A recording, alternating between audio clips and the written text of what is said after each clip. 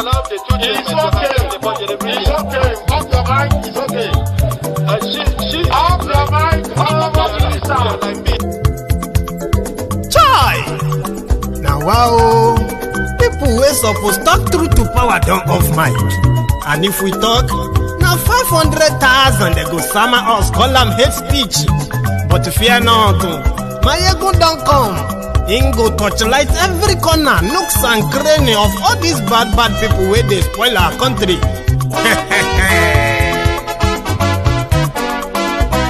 So my people make we loud, oh yo yo. My ego don't come, oh yo yo. My people make we shout, oh yo yo. My ego don't come, oh yo yo. My ego don't come, man of the masses, oh yo yo. My ego don't come, oh yo yo. My ego diary politico, oh yo yo. My ego don't come, oh yo yo. This one not the off in mind, oh yo yo. My ego don't come, oh yo yo. And in the touchlight every corner, oh yo yo. My ego don't come, oh yo yo. Okay, some people be they holla say they want the power. Chai, them be promise us say we go get light and power. Nah. Them hustle sote they can't get the power.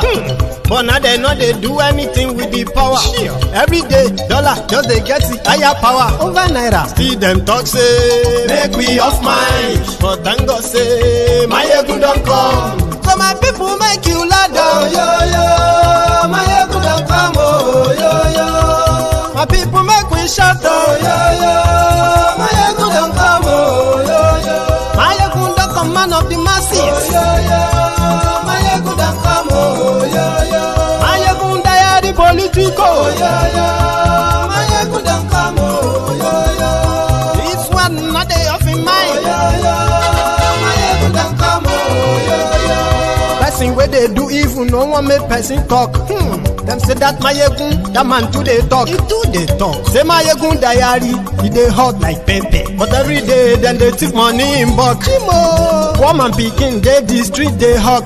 Still them talk say make we no talk. But thank God say my yegun don't come. So my people make you loud, oh yo yo. My yegun don't come.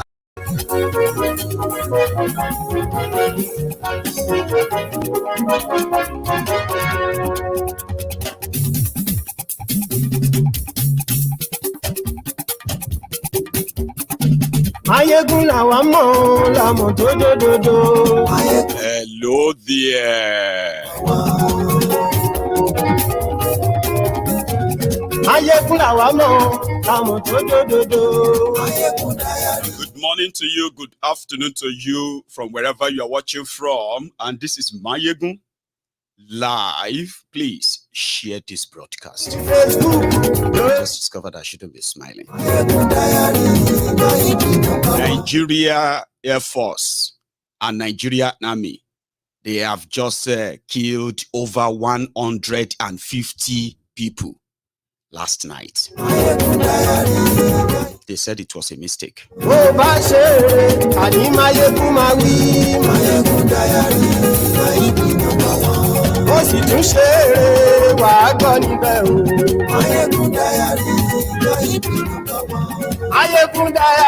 Diary political. Godfatherism.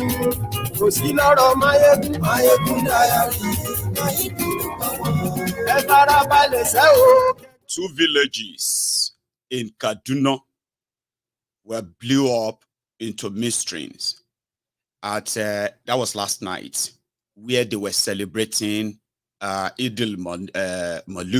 Sorry, moulud nobiyy rather. Moulud nobiyy is the birthday of Prophet Mohammed. 158. The media is reporting 126. Some are reporting 30. Others are reporting 80. The eyewitness said they have counted over 150 people, including children, killed by mistake. Glory YouTube. And yes, we like oh, Baba and yes, we like DJ Badi, àníyẹ́sọ́ra pẹ̀sìdó bá rúfin o àníyẹ́sọ́ra gómìnà gbówó jẹ àníyẹ́sọ́ra ọlọ́pàá tí ń darí bá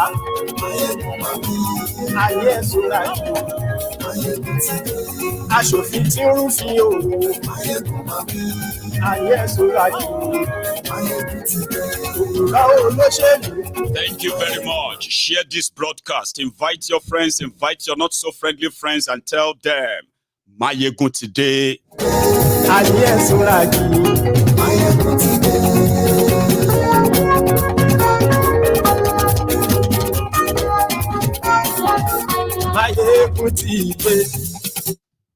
Thank you. Motideo.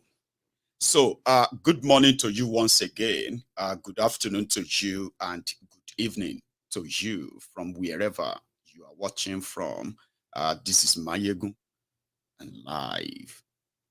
As you are joining the broadcast, remember to pay your own offering. The offering is you like the video, share the broadcast, invite everyone that you think should probably see this too.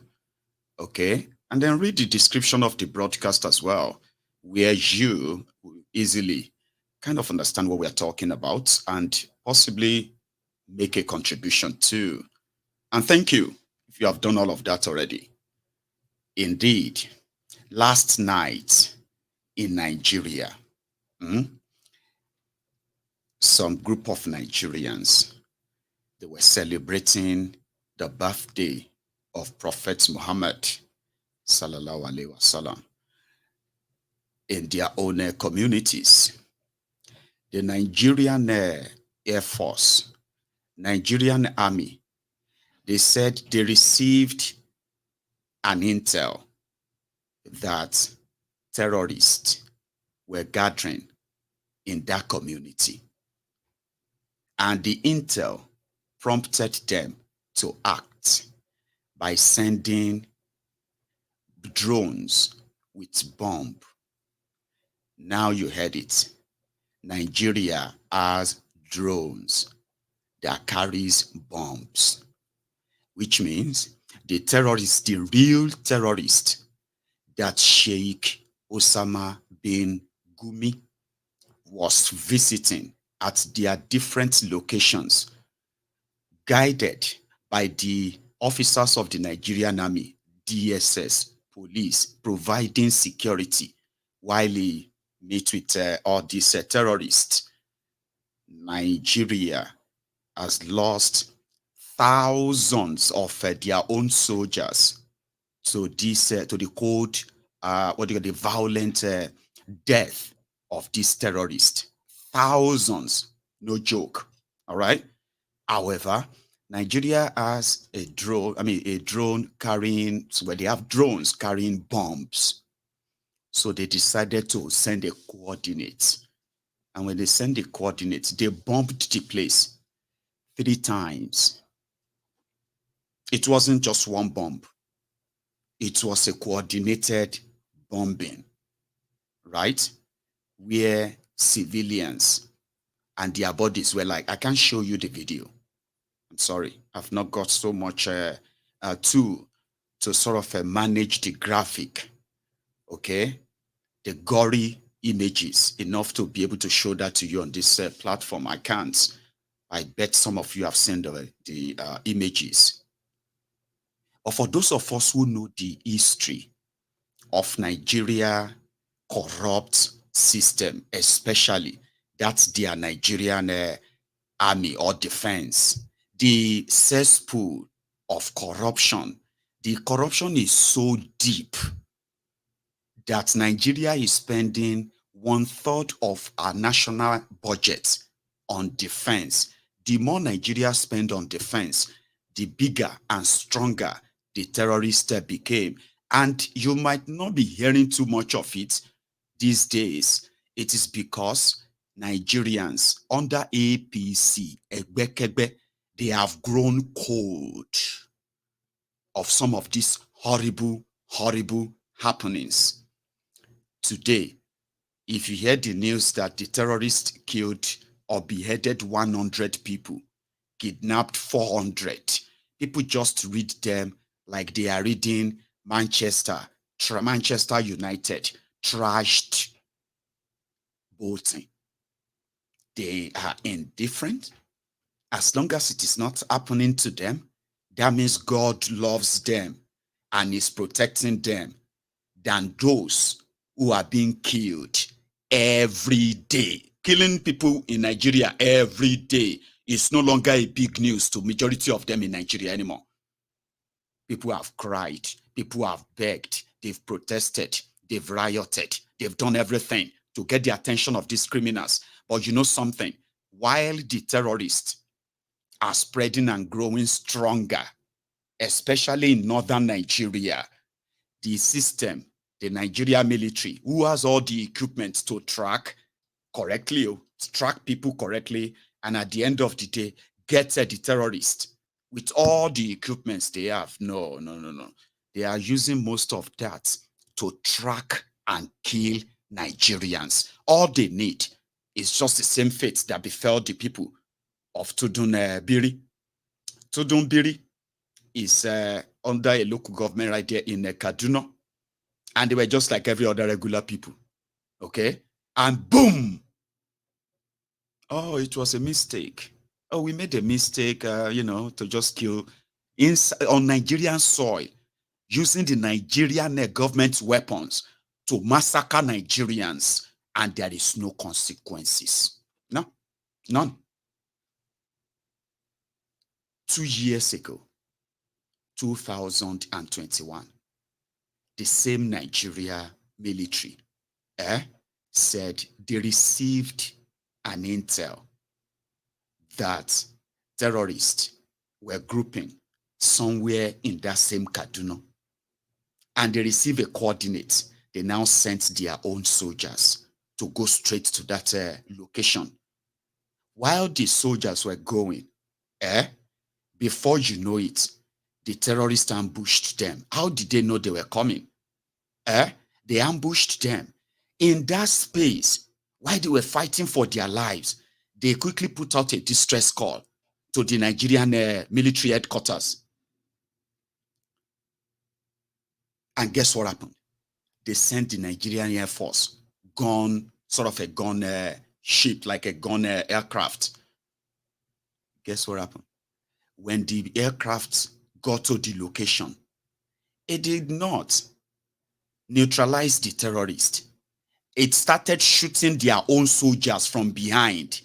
It is like you are there facing the fire of the terrorist who ambushed you, even before you get to the location you were given, right? And then you started hearing, like, okay, that's a military helicopter coming. And then the next thing, they started shooting at you, your own convoy. And some guys actually made the video. They ran away. Soldiers ran away from the fighting spot and made video. We've had different verified statements of even soldiers themselves who can testify to how much life is being lost every day in Nigeria to either the mismanagement of intel, okay, or by wrong intel. And in Nigeria, just like even Nigerians themselves, taking responsibility is like drinking poison for them. Because they would rather blame somebody else for it. The same Nigerian Air Force, Nigeria military, Nigerian Army, they said they received an intel. This was about 4 years ago in Borno State. The intel was that Boko Haram, they were grouping together somewhere to launch attack. When the intel got to them, when the intel got to them, they quickly put together the coordinates. And they decided to just go and bomb all those terrorists there. So what happened? The coordinates that they managed to get as their intel, and they sent their own bombers to go and bomb everything that is moving there. happened to be the IDP camp that the same Nigerian government specifically set up for the victims of Boko Haram, those who were running away from Boko Haram terrorism. The place that government gave them, the place they gave all the charity organizations to go to and give, help all the IDP. They call them IDP, internally displaced people. Listen to me. These are refugees, Nigerians who are refugees in their own country. In 2015, we were told more than 1 million Nigerians were displaced by Boko Haram terrorism. By the end of Boko Haram's time, plus Boko Haram, ISWAP, Fulani terrorists, more than 10 million Nigerians have been displaced, not just in northern Nigeria, all over Nigeria in 8 years. Do you get that? So the same people who set up a location for the refugees, victims of Boko Haram, they received an intel. The intel said Boko Haram were gathering in that place, and boom, they sent the bombers. And they bombed them, not once, not twice, not thrice, 4 horrible times. They made the mistake. What happened in Kaduna last night? They are never going to investigate it, but we are going to get to know what happened eventually, or why they did it. We have heard the conspiracy of sending soldiers, Nigerian soldiers, who are of a southern extraction, into their death, using the same cook-up intel, Intel is like intelligence that you expect security agents to be gathering, especially DSS. Their job is to stop a crime before it happens, not to threaten people, and lock people up simply because they suspect them. No, you would stop a crime before they happen, which means you have them at a very old shock. Your evidence is solid. Your intelligence is solid. Because before you deploy the resources of government to go and curb any sort of a threat, your intelligence must be very, very solid. That is not that of Nigeria. When they do all this and people die, they just send the media to say, oh, yeah, it was a mistake. And the saddest part of it is this.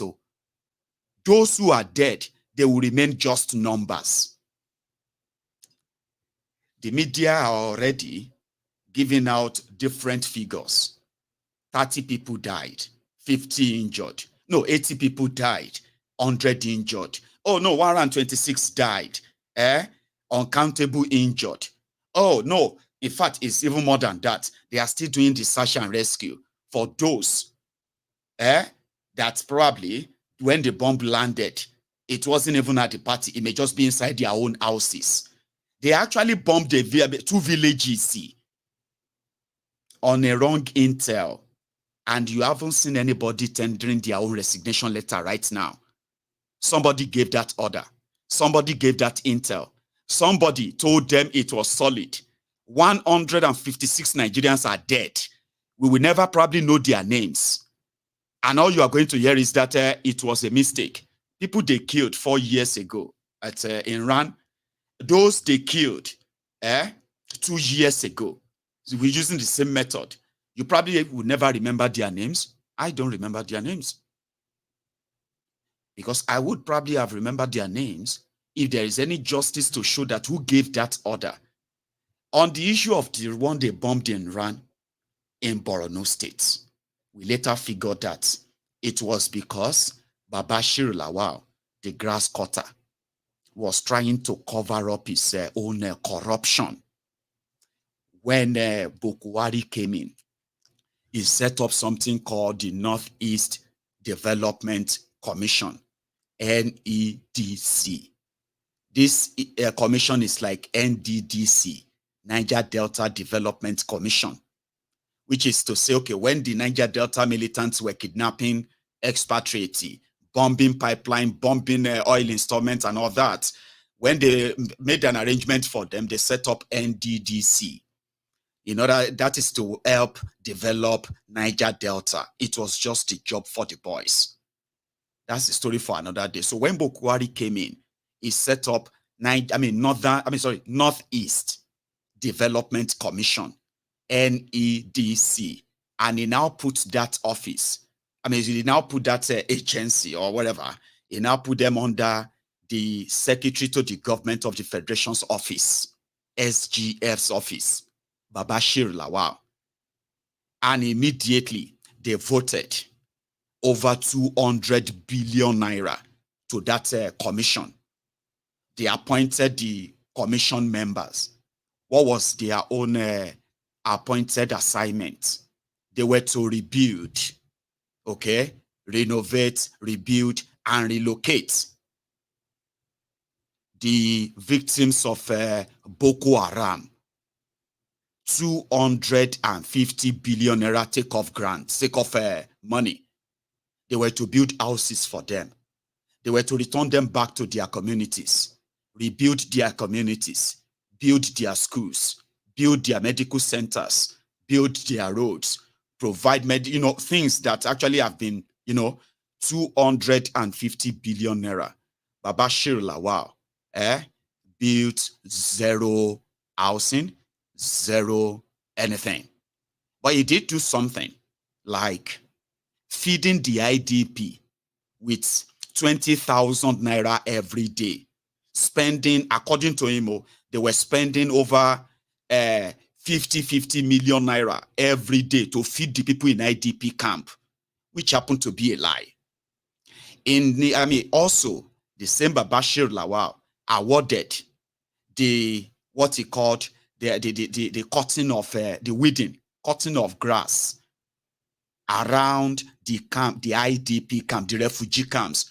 And you will think when we say camp, probably this is a facility that is like an hostel where people just stay, a lot of people. No.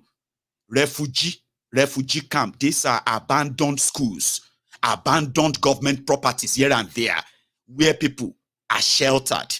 People ran there. They are there in large numbers. So government went there to start supporting them or giving them something, and other people. There is no camp that looks like an hostel.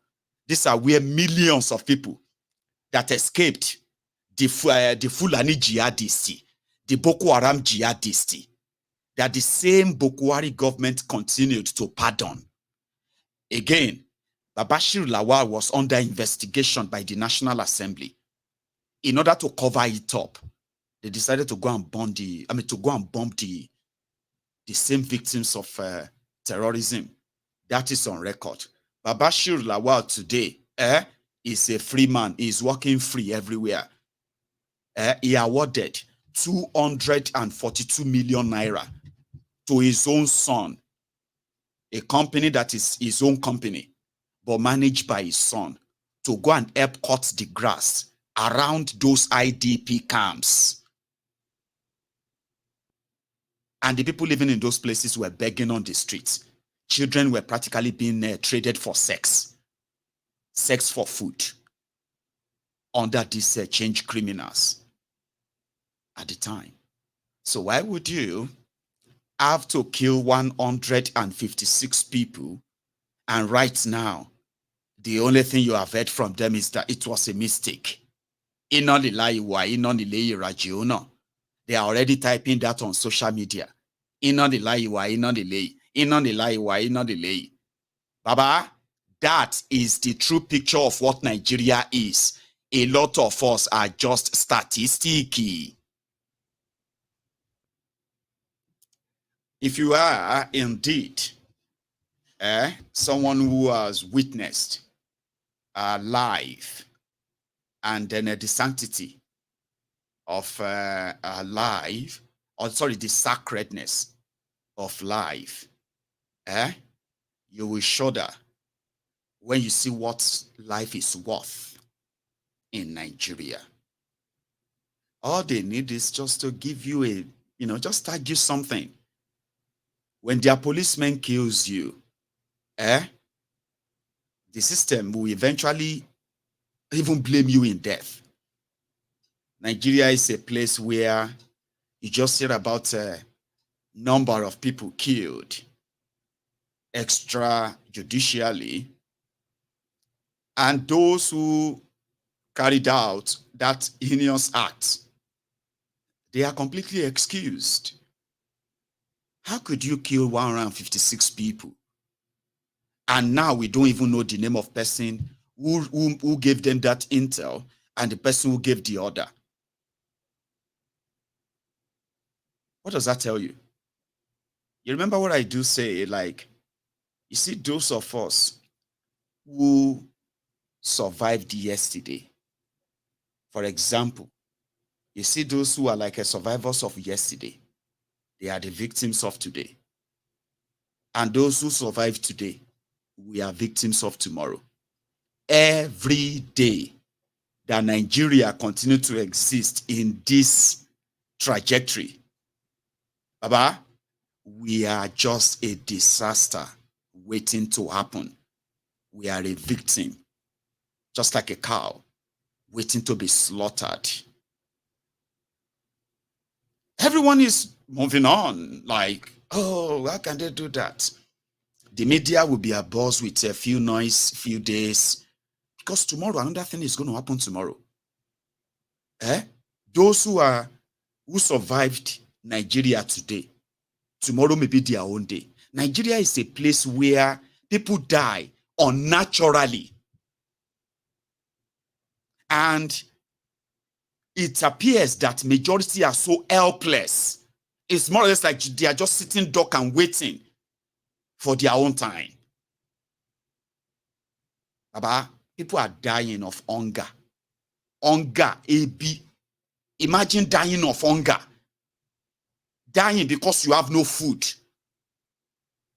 Imagine the last moment. They said before you die of no food at all, it will take like 4 days, 5 days.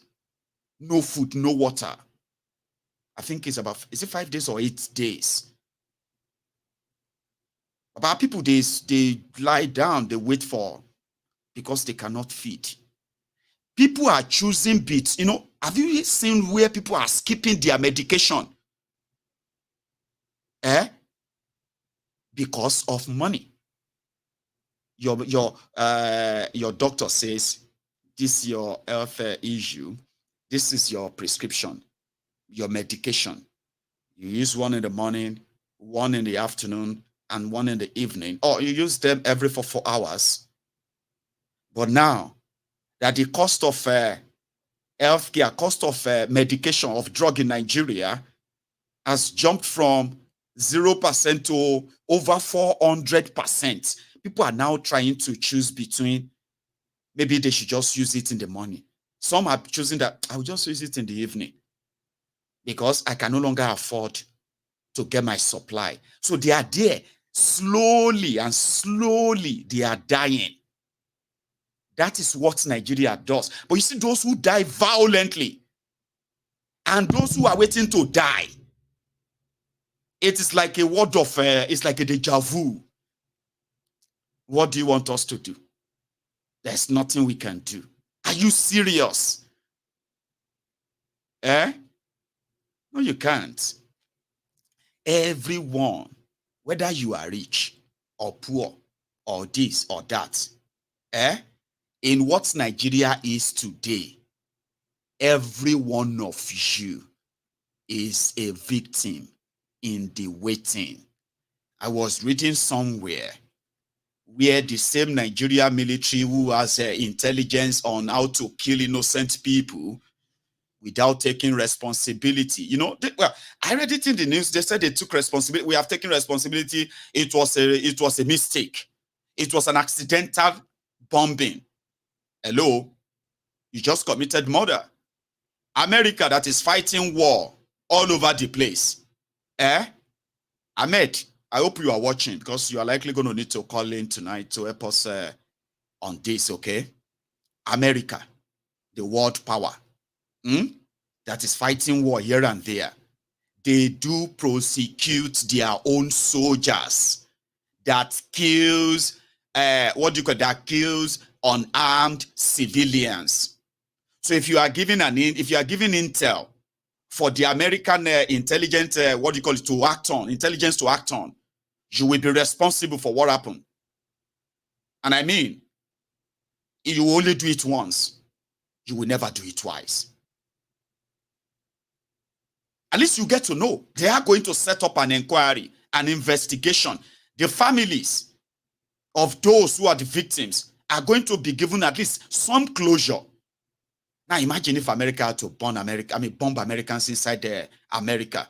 Oh, we just received an intel. Alaska that share border with Russia. We discovered that some people are grouping together at the border of Alaska. And we suspect that they must be Russian terrorists or Russian this or that. And then the intelligence is so solid, we are just going to go there and bomb them in America, on American soil. The same people have no intel to discover the people who are kidnapping people in Abuja, the Federal Capital Territory. I read a story, a very sad story of a man. Okay? He was kidnapped. He was kidnapped. So he himself and his wife, they were both kidnapped when they were coming back from an outing in Abuja. When they kidnapped them, they took them into a forest that is not far from that same Abuja. They said in that forest, you see all this news of terrorists, bandits, and all of that, who are so comfortable kidnapping and killing people, kidnapping hundreds and thousands of people, holding them hostage in their captivity for months. Sometimes they kill them. This couple, they said, when they arrive at the camp, it's a camp. It's not even like a makeshift camp, like, okay, oh, it's a temporary camp. No, they were there. They have huts they built. They have women, they have children. Some are even farming at the back of their space there. They were farming there.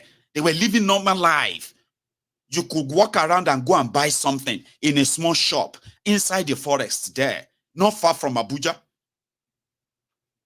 And then people that they captured, kidnapped from around Abuja, all of them tied down, chained down, being beaten every day, being raped every day, being sodomized every day. The man and his wife, they were raped. They raped the man, sodomized him.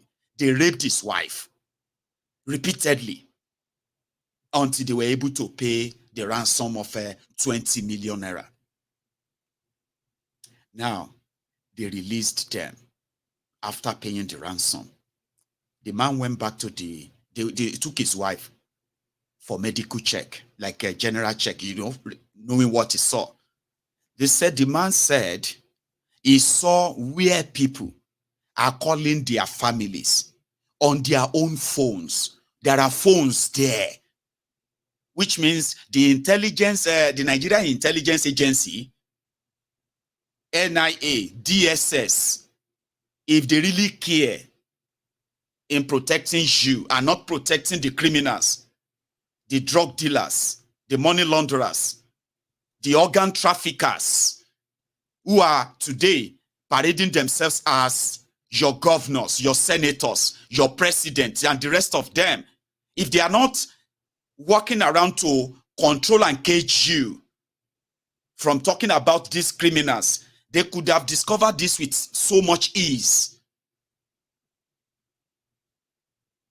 So this man took his wife when he was finally released, took his wife for checkup. And ladies and gentlemen,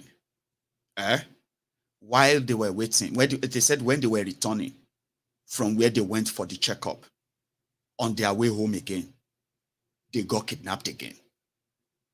I mean, this is something you'll be like, oh no, that story cannot be true. And that is why the criminals who are running Nigeria today can get away with anything. They understand the mind of the average Nigerian. A mind of a conquered people. Do you understand? They know that very well. Nigerians, they will see blue and they will see that because blue is not acceptable. They will begin to manufacture a non-existing red. And if there is no way to manufacture that imaginary red, they will continue to call that blue red. However, this man got kidnapped again, and his wife. This time around, knowing what they were capable of and what happened to them the last time, and knowing that no one is actually coming for them, okay, they negotiated and they paid the ransom as fast as possible this time. This will be like one of those rich people in Abuja. You will say, the rich also cry, right? Now, they said when they finally got released and they got home, the result of their test came out. They both have hepatitis B, C, the worst one, among other STDs, STDs that they eventually have to live with for the rest of their life. Majority, like something that is incurable. You just have to live with it. Something that is worse than HIV. There are people that if they tell you their story and the trauma they have to live with, these are rich people. These are people you will consider average and normal. A lot of you are hearing stories of people who are making over 50 million, 60 million annually in Nigeria. They are comfortable, but suddenly they are selling their property, selling their assets and leaving Nigeria. You have no full story. You think they are leaving Nigeria to go and turn to security guard in America or to become this or that or live in the cold. They have seen what Nigeria is, and what they believe could actually still keep them alive and keep their sanity, seeing what happened to their friends and could happen to them, or seeing what they have actually experienced and they never want to experience it again. Whatever is left of them, they are all living. That is the intelligence of Nigerian security system. It is not to protect you. 7 people got kidnapped in Kaduna a few days ago. In that same Kaduna, the intelligence to go after the kidnappers is not there.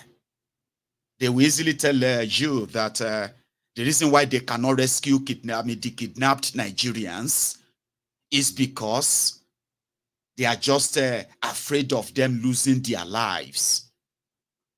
They have no capacity of rescuing rescuing Nigerians in captivity.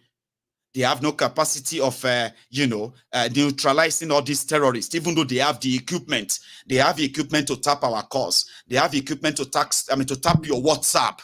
You know, say WhatsApp is end-to-end encryption, Abi? Is that what you believe? That if you send message to yourselves on WhatsApp, at least it's safe. Nobody can see it. Oh, you do have that setting that deletes messages. Is that what you believe, Abi? The government all over the world, they have the tools, they have the capacity to de-encrypt any encrypted whatever you call it. Nigeria government, even though you probably read it and you just move on, Nigeria government invested over 40 billion naira, God knows why, right? Because I don't think the technology is that expensive, but it is Nigerians technology. What do you say, right?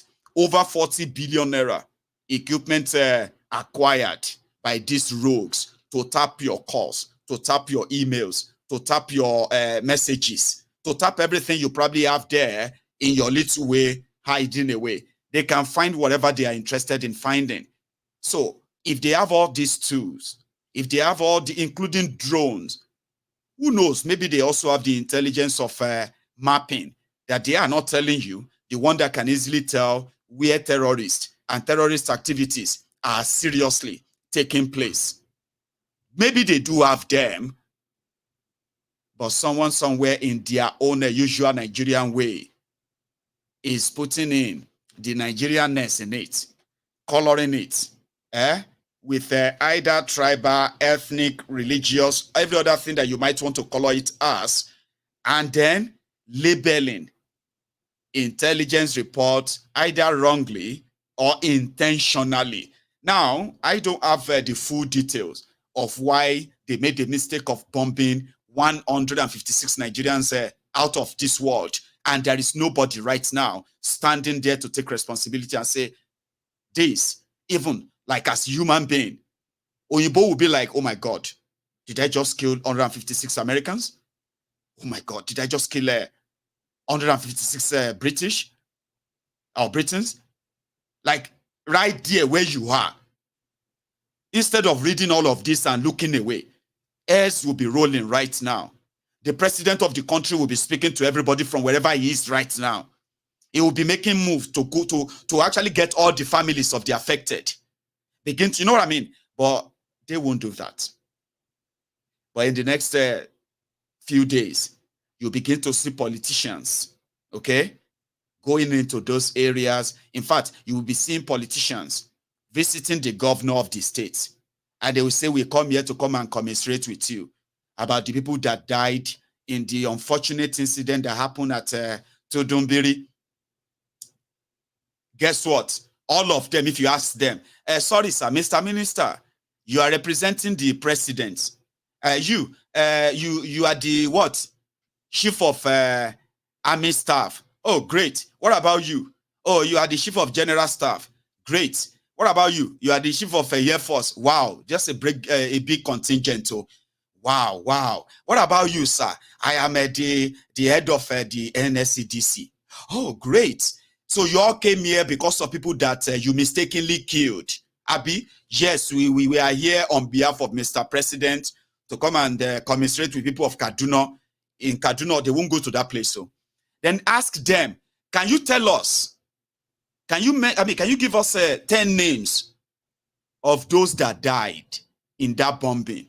None of them will be able to mention one name or two names of people who died there because they don't give a damn about who died. Nobody's going to be responsible for it. Nobody's going to be punished for it. There is no inquiry that is going to say, oh, we have indicted this, so and so.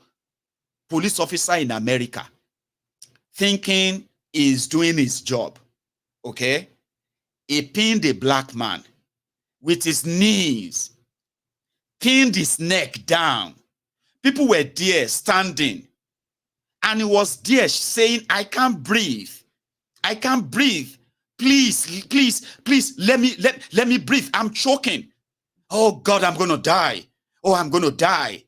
And the more he's screaming for help, this horrible police officer was feeling powerful, probably feeling on top of the world. If you die, you won't be the first person that will die. This is America. We can always put it on someone. We can always blame it on something. We can always, this is it. We always protected the blue. We always protect the blue. America, this is it. That triggered something that has left an indelible, serious mark on the American polity and policies to this day. An American policeman killed an African American. Okay, so you see all of the talk around, maybe they have a word for this. So when you are not allowing them to arrest you, you are resisting arrest. He was resisting arrest. Hello, you have overdone it. They sentenced him to life in prison, life imprisonment. Police officer from police officer, to prisoner. And some will say, oh, that is too much. No, it's not too much. You can't say, okay, because you have the state behind you, that you could do, you could do something on behalf of the government. There are some things expected of you before an action that will actually take life on Nigerian soil is finally approved. So there must be that chain of approval. There must be people that are responsible for this. The names of those who died.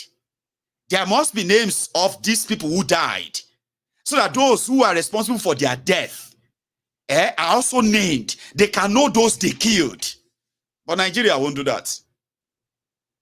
They won't. You will never know all of this. And it's the same thing. They can put a coordinate together and say, all of now we gather together doing some, what do you call it? Kegite gyration. And they received an intel that you are terrorist. And then they will bomb you. Oh, we are so sorry. How could you go and bomb people in Ibadan? It's so sorry, eh? It was a mistake. It was an accidental. You have killed about 200 people. How could that be? Who did that? We want to see the person that gave the order. And then the responsible people who should be writing out the names of the victims. As we are speaking right now, majority of the victims have been buried. Abi now, they say, go and bury them. Oh, yeah, pack them. You don't see the head. Hey, I have found the head on our mama head with this. So another person get the leg. Somebody found the body over there. Let's bring everything together. Yeah, pack everything. Yeah. So the crime scene has already been, you know what I mean? No investigation or nothing. We are sorry, it was a mistake. Nigeria is a mistake. I'm sure you know. But you are not a mistake. I am not a mistake. Okay? And therefore, we didn't make this mistake. Now, here is the other complex part of it. There are those that this mistake, Nigeria, has managed to break, and it has broken them beyond remedy. We have no idea of the number, because Nigeria is a place where we don't have any real, authentic data on anything. It's very sad.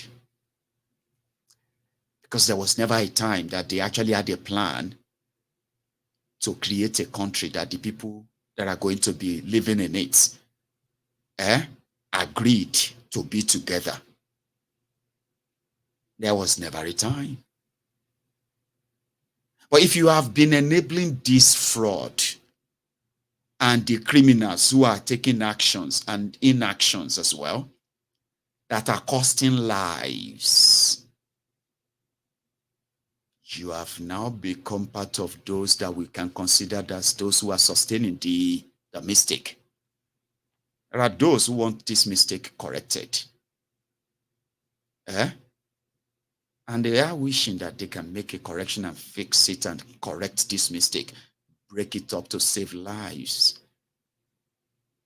But the problem is that some of you, I believe the system has broken you so much, so worried, so scared of experiencing what living truly means. A lot of you have never lived. You have only been existing. And that is why, to them, you are just statistics. You are scared of what freedom feels like. Being able to have a free mind, free thoughts. The world where people are responsible for their own actions, including ensuring that irresponsible people or irresponsible leaders or dealers, as I call them now, are forced to be responsible because you are living, or you want to live in a responsible society where things actually work. Many Nigerians are only existing. They are not living. They live for the day. That means when you ask them about tomorrow, what is your plan? They have no plan. The only plan they have is for today. What am I going to eat this afternoon? Would I have enough left to eat in the evening? Or would I have enough left to even do owambe? Tomorrow can take care of itself. Because even sort of, Nigerians themselves, psychologically, majority of them psychologically just believe that they are only living for the day and anything can happen to them anytime. Police stray bullets could come in and just kill you. The police themselves may take you, abduct you, and eventually sell your own organs by killing you. They can abduct you, and then eventually extort you to the point that it's not different from when you are robbed by the armed robbers. So when Nigerians are going out every morning, they have the custom and culture of praying to God to please protect them today. Not because they have idea of what the God should be protecting them from. They just believe that there is too much danger. There's too much evil that could take their life any moment as they step out of their houses. Now, when they come back in the evening, they are full of full of thanks. Thank you, Jesus. Thank you, God. I'm so happy. Thank you, Jesus, for protecting me all day and then, bringing me back home safe. When Nigerians enter public transportation or even going on a journey, they have to pray to God to please protect them against whatever is out there. An average Nigerian knows there's always something out there that could take their life anytime. That's why I said a lot of you have not been living. You have only been existing. You have been living the fear that you have been enabling. You have been living in the fear that you have been enabling for so long by defending irresponsible people. That even when their actions lead to your death or the death of your loved ones, they still don't take any responsibility. And you are that statistics that could be taken out anytime. And that's why we are trying to remind you that life decisions and choices have, they have their consequences, good and bad. So, in a country where today the minimum wage is 30,000 naira, Kolu Thiefnubu, who said he removed subsidy, and your inflation jumped up and out of the roof. The same Kolu said he will give those who are government workers extra 35,000 naira. So for 6 months, and after that, you would have to go back to your 30,000 naira, and from it, in that hyper-inflated economy that these rogues continue to loot and deplete. Now the tuition, you would have to pay for the tuition of your children. You would have to pay more for your medication. You would have to choose between food, medical, or school. And every other thing that you need to actually fund. The students of University of Calabar, they took to the streets yesterday. And in their own protest song, they said their school fees has been increased by 100%. So if you were paying 100,000 naira as a student in University of Calabar, it will be around 200,000 naira now. If you are paying 200,000, it's probably around 400,000 naira now. And the students of University of Obafemi Awolowo University, OAU, in Ile-Ife, Baba, the person, the pioneer, university in Nigeria, is there? In West Africa as well.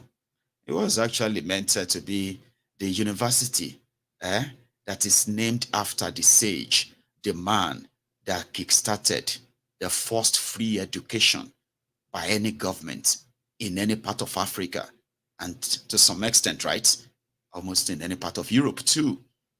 When Awolowo, who saw value in education, decided to rally the people around that idea and his policies of free education, free and qualitative education, is one of the tools that actually gave we, the Yorubas, the early Yorubas, the independence of mind that later got corrupted by greed of the same beneficiary of free quality education of Awolowo, Obafemi Awolowo University, Ile-Ife.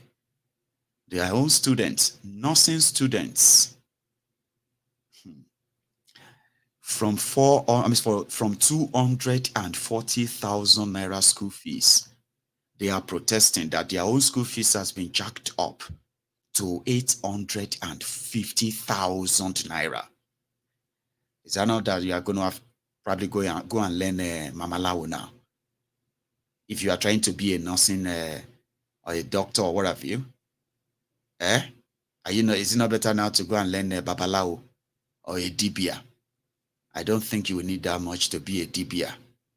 As things are going, hospitals and wards that are not even adequate enough to care for people are being shut down because they have no adequate staff. Nigeria need medical staff. They said that over 14,000 of Nigerian doctors and nurses migrated to the UK alone from 2022 to 2023. More are still waiting for their own visa approval right now. They are waiting to leave for other places. We have no idea of how many of them who left for America.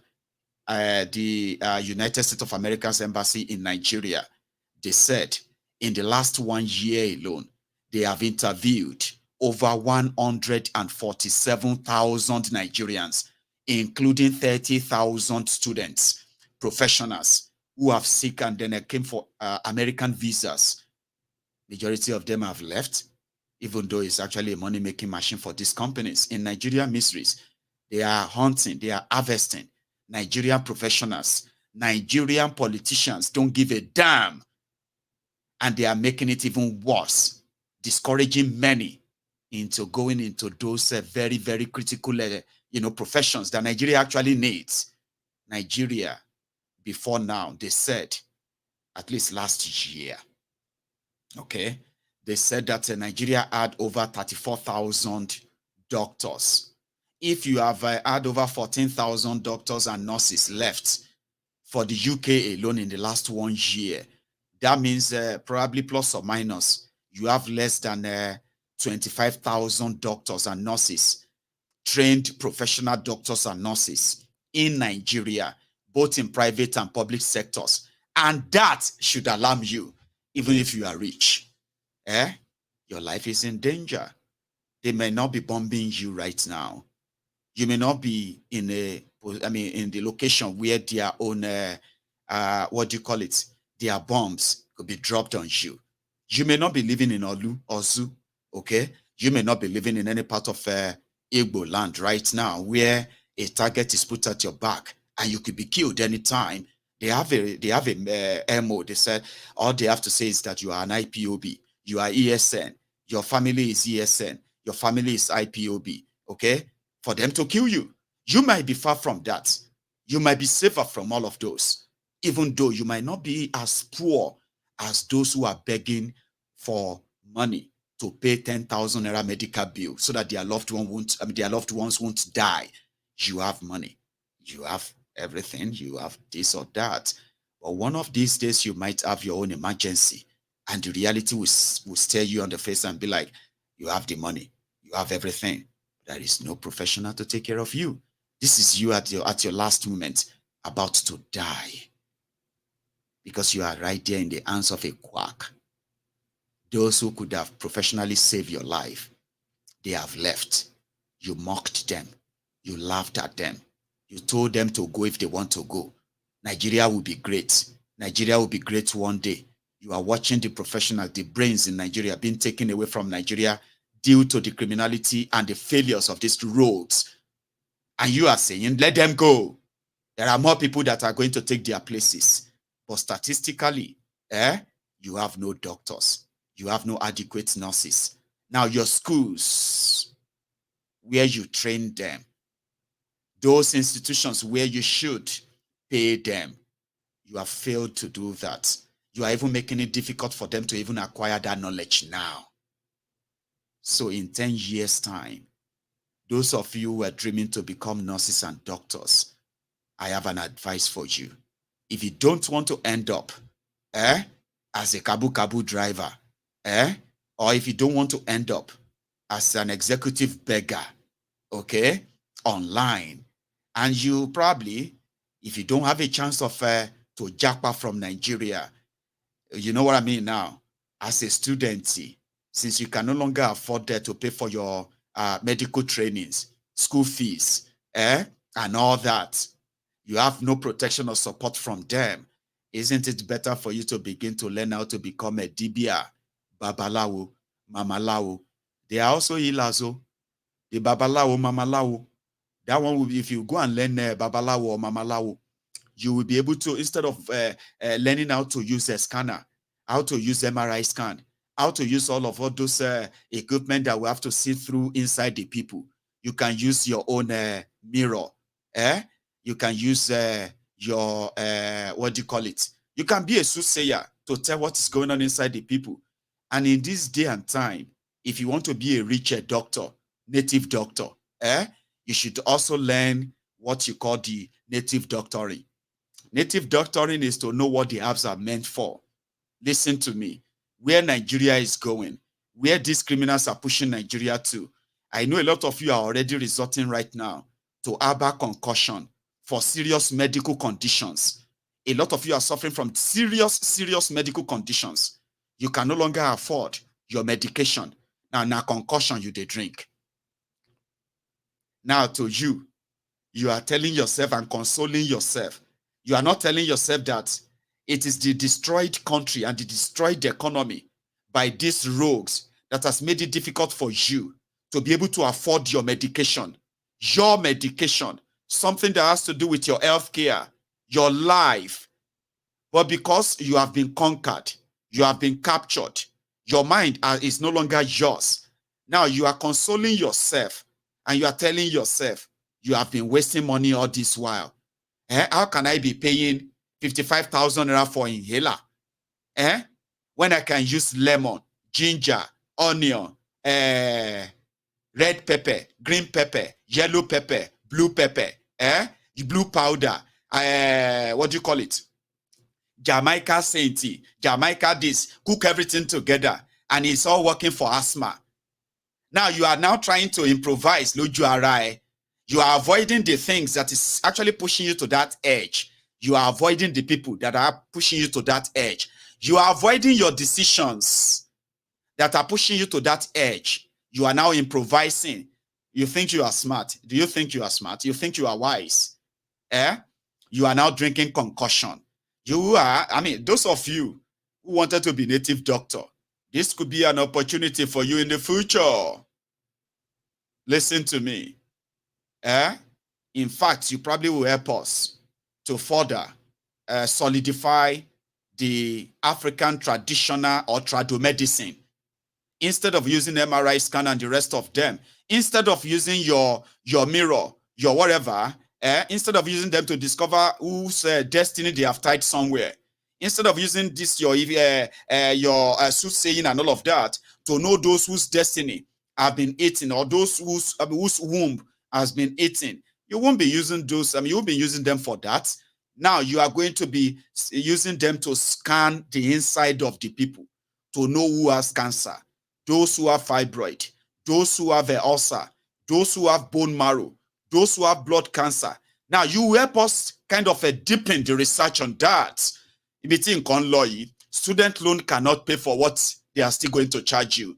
A lot of you are going to immediately drop out of some of these professional courses that could have contributed to the growth of that Nigeria that you are telling yourself will be great one day. A country cannot be great when a young population have been enslaved and they cannot really think. that country will never be great. A country that has failed to invest in education for their own young population, it can be great. You can speak in tongue from now till end of the century. You will still remain poor. God will never make you rich if your thoughts, your mind is made of a poor thought. And that's the situation now. Students are protesting. How do you expect them to pay 850,000 naira to become a nurse or doctor? And you are lacking these people, you are lacking these experts in every part of your country, and you are not investing on them. In fact, in fact, these criminals are trying to make laws that if you are trained in Nigeria as a doctor, and if you are trained in Nigeria as a nurse, and you ended up working in the UK, earning good money that they will never pay you in Nigeria, they want part of that money. If you are working in America or you are working in any part of the world as a doctor or a nurse or a medical practitioner, they want you to pay tax to them so that they can use that tax to buy houses in Dubai. They can use that same tax to kind of, buy themselves any latest automobiles, renovate buildings and build new ones for themselves. And guess what? Every one of you will see have to cough out and sell your kidney, your left kidney, just to be able to acquire the license of a doctor. To acquire a license to be able to be called a nurse. They are not interested in how you do that. In fact, they are now billing you in Nigeria because according to them, Nigeria is losing. Majority of you, after you graduate anyway, you are going to leave Nigeria and go abroad and go and start making billions for yourself. And because these are people with a narrow mind, greedy, selfish criminals who have no idea of creating wealth, the same Nigerians that they have chased the way out of Nigeria, we are also the same Nigerians who are now subsidizing Nigeria. 36 to 42 billion Nigerians, $42 billion is being remitted back into Nigeria by all of us, these Nigerians, that the brain drain that has kept Nigeria in the dark. We are still those who are trying to put on the lights. Thousands of miles away from that contraption. Isn't that sad if you have to put it that way? Irresponsibility, where you have people who have no responsibility. And again, when they have the little money, what do they do with the money? They go on holiday and on charades, things that are never going to add any value. They have come out, they said that, well, now only 422 people, Nigeria government sponsored to Dubai to go and discuss climate change.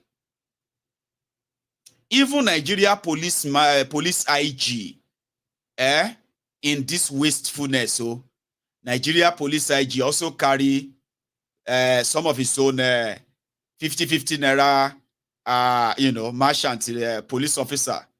He carried them go Dubai to go and launch green initiative. See, sometimes those who said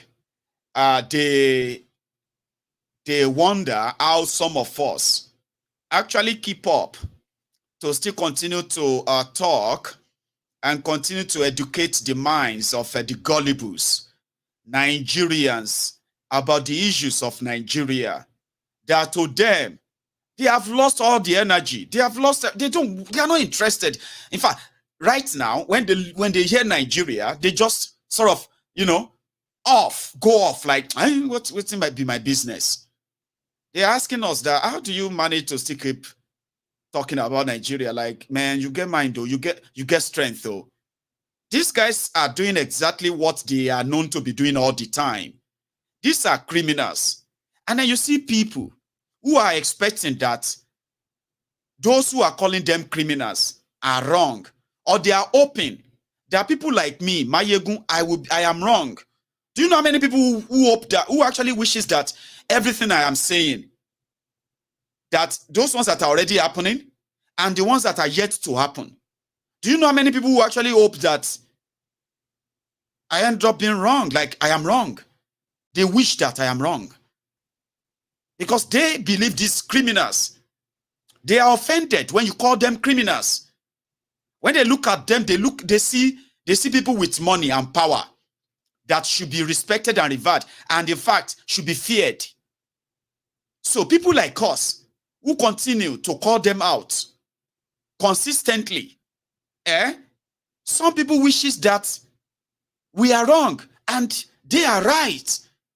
That these people actually mean well, that they are going to, their decisions and actions are going to lift them out of poverty.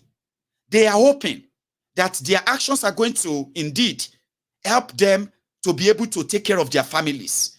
Their actions are going to keep them safe. They are hoping that Mayegun is wrong. This Mayegun, everything he's talking about is negative, negative, negative. Why can't he see anything positive about them? Do you want me to lie to you? I am talking about those whose lives are built on criminality. But because Nigeria is a criminal scene, the criminal thrives in Nigeria. You are actually expecting career criminals to do the right thing. I don't. And because I don't, I know they are criminals. Every time they act and their actions are exposed, they are proofs that I always want to bring back to you to say, listen, you cannot keep expecting these criminals to do anything right. You don't understand. Any right thing that these guys try to do is wrong. They would have to quickly correct it. If they say, oh, we want to give you electricity, and they decided to award the contract for electricity, which is the right thing to do, right? Immediately they will say, are we crazy? Why are we doing electricity? What is wrong with us? Then somehow, you will just be like, but they have approved this thing now. How come there's no electricity? Someone somewhere felt like, no, it is the wrong thing to give you that electricity. It is the right thing to keep you in that darkness. And when people tell me, how are you managing to continue to even, I said, how are you managing to say continue to watch Mayegun? If you are being honest with yourselves too. That's, it's nothing concern me with Nigeria anymore. If they like, they should kill themselves. If they like, they should die. If they like, they should. I'm not interested in about Nigeria anymore. But you are interested. The reason why you are interested is because every day, you are hoping that all this evil happening, you are not going to receive a call, and that's going to be your loved one on the other hand, crying, asking you to come and help her, help him. And there you are, very far away. You can't help them. Every day, you are hoping that, that Nigeria will not happen to the people you love. And every day, you are also doing your little, or even more, to ensure that your family and loved ones don't end up on the streets. Even though, if they're this Nigeria issue, I'm tired of Nigeria. I'm tired of them. I'm not interested anymore. I don't even think about them anymore. It's all you say. But you know it is not completely true. Anyway, the point I'm trying to make here is this. To everyone who is yet to be a sort of a fatal victim of Nigeria as it is, the choice and the expectation of this rogue, from these rogues, your choice of them and the expectation from them are built on pure lies. And to somebody like me, We all know where that is going to end. Nigeria police want to support, what do you call it? Climate change. And they went to Dubai to launch a green initiative and begging the people there to please support Nigeria police. They want to be driving electric vehicles. And now, police IGs in Dubai is telling them there that they want to, in their policy. Where was that? When was it the policy of Thiefnubu that the Nigeria police are going to be driving electric vehicles? Do you even have electricity to charge electric vehicles? But it's there in Dubai. I'll show you. Nigeria police chief. I've been waiting that they call him police IG. Just like the Bala Blue. The core objectives of the Nigerian Police Green Initiative include encouraging lifestyle change by officers and men of the Nigerian Police Force, adoption of solar power across all police stations, barracks, and colleges, increasing green credentials and sustainability standards in all new barracks development and redevelopment, fostering effective relationship with the wider society and lighting up communities with solar power to reduce security vulnerability, conducting outreach programs to educate citizens on the importance of preserving natural resources, reducing pollution, and engaging in sustainable practices. Permit me to add at this juncture that the Nigerian Police Green Initiative is the latest milestone in our green and sustainable journey. It is a testament of our leadership by example and demonstrable evidence of Nigeria's compliance with the global agenda on climate change. It is our firm conviction that our leadership initiative in this respect will galvanize actions and inspire other agencies of government and private organizations to follow suit. We have designed a robust framework for the implementation of the NBGI, Nigerian Police Green Initiative, with the overall objective of achieving energy transition in the medium term. The core enabler of this initiative is the adoption of renewable energy as priority and default energy source by the Nigerian Police Force. This will necessitate the retrofitting of our police stations, police posts, police colleges, police barracks, and other police facilities with renewable energy application. In addition, nuisance lele.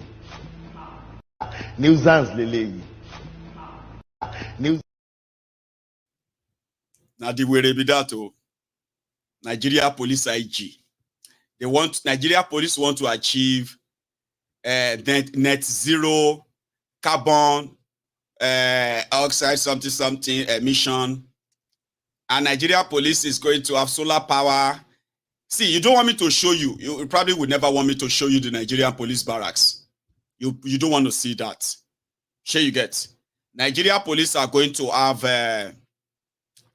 what do you call it? Electric vehicles. You know, Nigeria police know they chase police. They know they chase thief. Nigeria police themselves not thief. Sure, you understand? Nigeria police, they will rob you and jump into their vehicle and they will escape. Have you seen where police they escape? Imagine that they charge the battery using their generator. After that, okay, it's so crazy, right? May I even say this? Nigeria police, if you go to Nigerian police station, you will see generators because there's no electricity, there's no power. You will see generators, electric generators, petrol and diesel. So the people who are campaigning for climate change, they want to reduce the use of a diesel engine, those exposed things. They want to reduce that petrol by the year 2030, in the UK, we are not going to be driving cars with diesel cars in the UK by 2030 or 2035. So there will be no diesel anymore. So now in Nigeria, where Nigeria police, they are using their vehicles are petrol or maybe diesel. In their different barracks and different police stations, you have generators there. So the people who wanted to help the world to fight carbon whatever, who spent nearly 1 billion naira on a party trip to Dubai to go and launch green initiative. So you will just charge they will go and buy petrol, and they will charge the they will charge their trucks, their pickup. They will charge them for maybe 1 hour and all that. So everybody will charge with petrol. Then they will just go out and begin to extort all of you for money they will say, give us charging money. It will now be called rechargeable money. Every time they come and arrest you, you pay them rechargeable money. We need to charge our cars. We look for Weary. There is another weary who was also there. He is the head of the Jagaban army. This weary was there too. Okay? Israel. And when he was asked to listen to him, he's talking about all of Una for Niger Delta. What do you call it? Climate change. Because the indigenous communities were bitter about the fact that there was so much exploration of their oil by Shell and all the Western corporations, and extracting the same oil into Europe and paying the country millions of money, billions of dollars, yet the impact of their own immediate community and the welfare has not improved. And so, but one of the things that we now deal with the new Petroleum Industry Act law is to be able to now have a concession for local communities, for host communities. As a matter of fact, the government pays the state, the federal government pays the state where extraction is being done, exploration is being done. I think 13% derivation for host communities. So an act of humanity, like you mentioned, where the communities themselves are being carried along, are being supported as developments are encroaching into their zone, will also lead to peace and harmony and decreased conflict. To add to Nuisance Lele. Nuisance Lele. Holy shit. You see this man, na Chinese. Some people have now interpreted his expression to something like, holy shit. And that was the reaction to Thiefnubu's speech yesterday. You heard that, Abi, where Thiefnubu was doing his Bulaba, Balablu, and all that. And you saw the Indian, Abina, the Emirati guy, who was like that.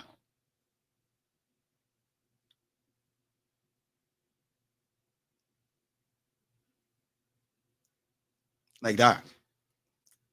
I'm going to play you the video again. Dayo Israel is also there. He said he is a guest of UAE. And he's talking about the Niger Delta 13% derivation formula. And the same APC, Egbekegbe, where Pastor Ruga said, do you remember when Pastor Ruga said, Ogoni clean up? That Bokwari the government has already paid $1 billion to clean Ogoni land. So they can't take pictures of about four tippers, trailers, 4 trucks that they have, they've dug the earth, the sand and all of that. Okay, they've dug the ground, they kind of dumped that on the back of the truck. And they took the picture. They said, Ogoni cleanup started in earnest. Bokwari will clean Ogoni land of oil spillage. It's been 8 years now. Baba, 1 billion, 2 billion, fake Pastor Ruga is still alive. The Ogoni cleanup is still there. And they have already stolen over $2 billion in the name of cleaning Ogoni land. The Ogoni people in Niger Delta, they cannot farm on their land because their land, you see that land, the soil is soaking with crude oil, spillages from the oil exploration in those areas. They cannot fish because when they go into their own mainstreams and their rivers, the fishes and the aquatic life they are either dead or to near non-existent. All of this required serious, one, it requires the stoppage of the spillage. Then the serious ecological cleansing. Ecological is like echo. Then cleansing means cleaning. They have technology to do that. But the exploration, the oil spillage, and the whole exploitation and all that is still ongoing. But the way went to Dubai to go and tell his listeners that we gave them is because it's the same like that of a Kolu. And you see this reaction. Pay attention to this reaction, okay? Now that Chinese man, you know, normally when you go to summit or international gatherings like that, you see all the people who have earpiece in their ears, right? There are those who don't likely speak your language. There are people who probably don't speak English. So even if you go there and you are speaking Arabic, you see that earpiece is going to be interpreting it into your language. Whether you are a Chinese, it will interpret it to Mandarin, the Chinese language. If you are English, it will interpret it to English. Thiefnubu, Nigeria was colonized by Britain. Our official language in Nigeria is English. Thiefnubu is a former governor of Lagos State. 8 years governor of Lagos State. He never speaks, this is not how he normally speaks. Back in the days, he is demented. He is suffering from dementia. He is suffering from a long-time drug abuse, which has also affected some part of his internal organ. He is not healthy, like healthy. His cognitive, is depreciating. He cannot win sentence together to make real sense in truest sense of it. He is already going off. He never used to be like this. When he was governor, of course, he was talking slow, but he has depreciated health-wise, seriously. Now, that is the Thiefnubu, the president of Nigeria, at the Climate Change Summit, representing a country that has been speaking English, at least as official language, for over 100 years. And at least the most part, the 63 years, which is the most part of that 100 years, they have taught us to speak English and speak English and speak English. Now, this demented Kolu, a certificate forger, election rigger, the Mr. Balablu, he was talking about climate change, where Chinese man who probably didn't understand English is waiting for the interpreter to interpret it into his language. And only God knows when Kolu was talking. Now only this man and God knows waiting the machine they interpret. Because the man was like, the expression was, holy shit. Holy shit. Wow. Oh my God. Like that. And people they started feeling like it is not waiting Kolu they talk. The interpreter is interpreting. But that's why I'm going to play the video for you again. This is what they spent $1 billion around.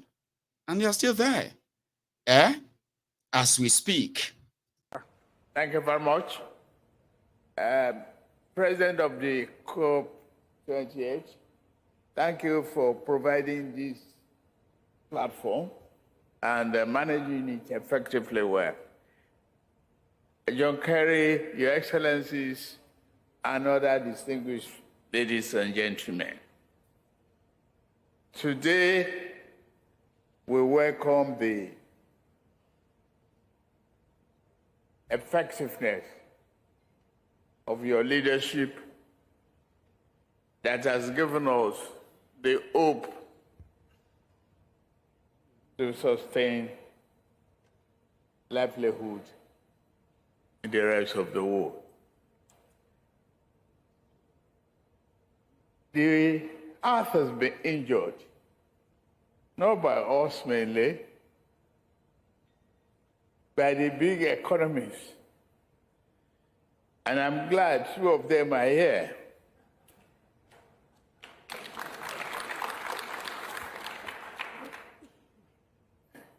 John Kerry and the China making pledges is very good.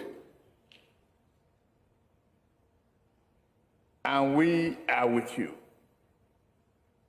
Even though we are the least beneficiary of what has happened. Sitting there hearing you, I know I have to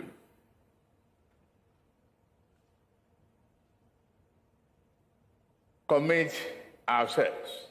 And we have been doing so before today. We are committed to critical steps to reduce methane emission by ensuring flood gas are eliminated. There's a huge penalty for that. There's equally a huge incentive to do so. The measures that we're taking here is a welcome development, no doubt about that. And we are with the leadership of UAE for the commitment so far.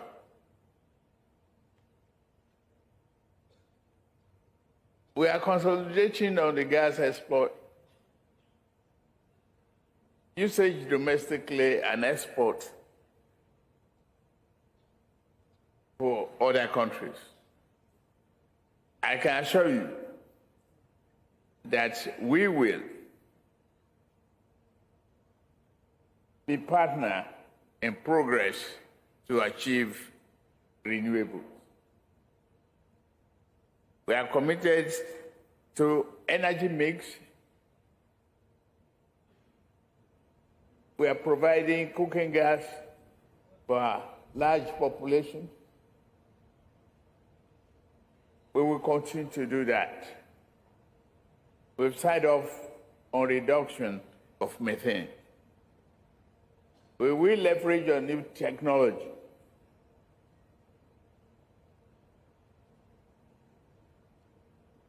And we hope the two giant nations and the Emirates will be able to help us through.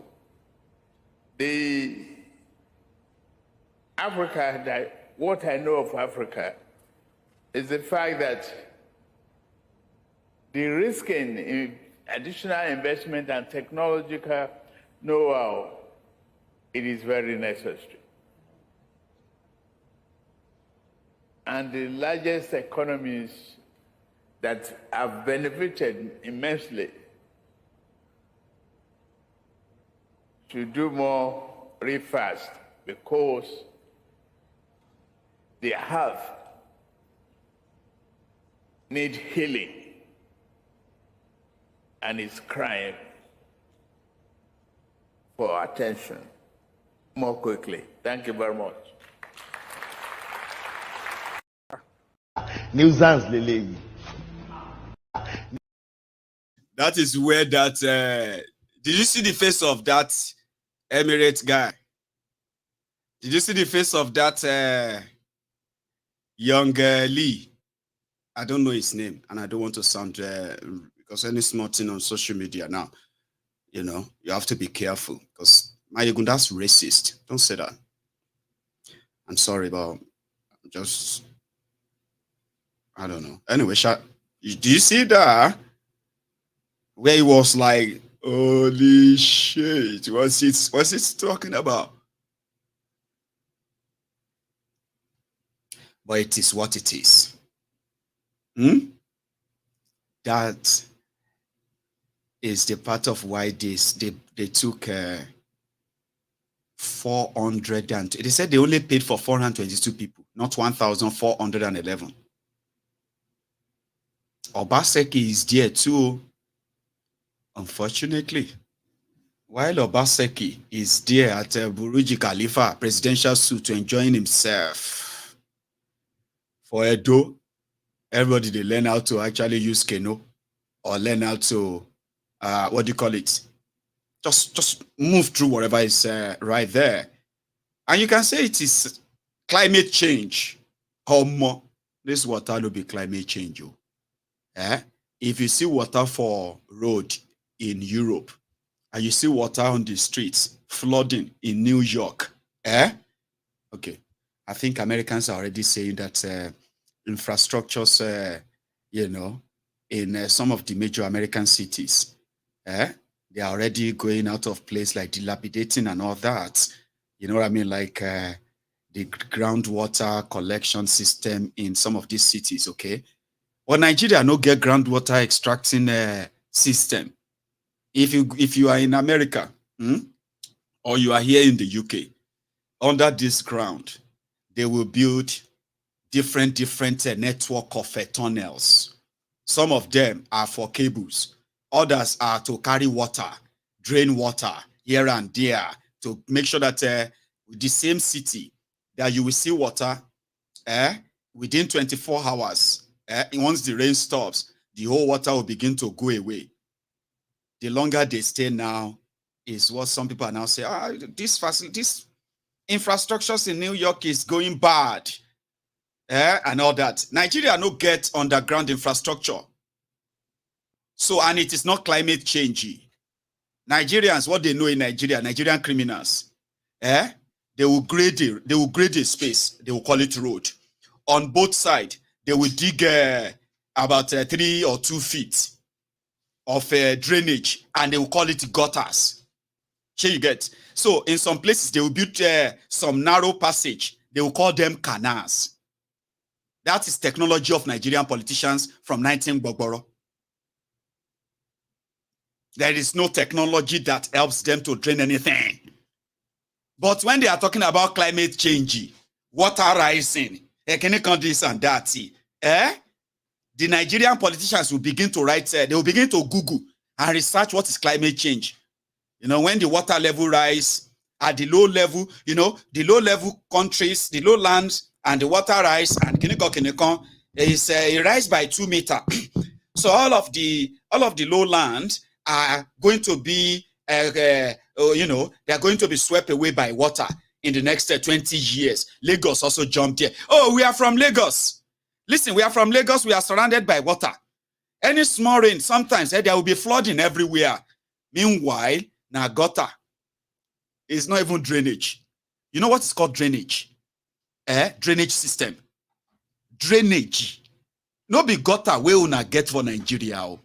What you get for Nigeria now gutters. Gutters are things you actually construct at the edge of your house, your roof. You see that roof, that your house.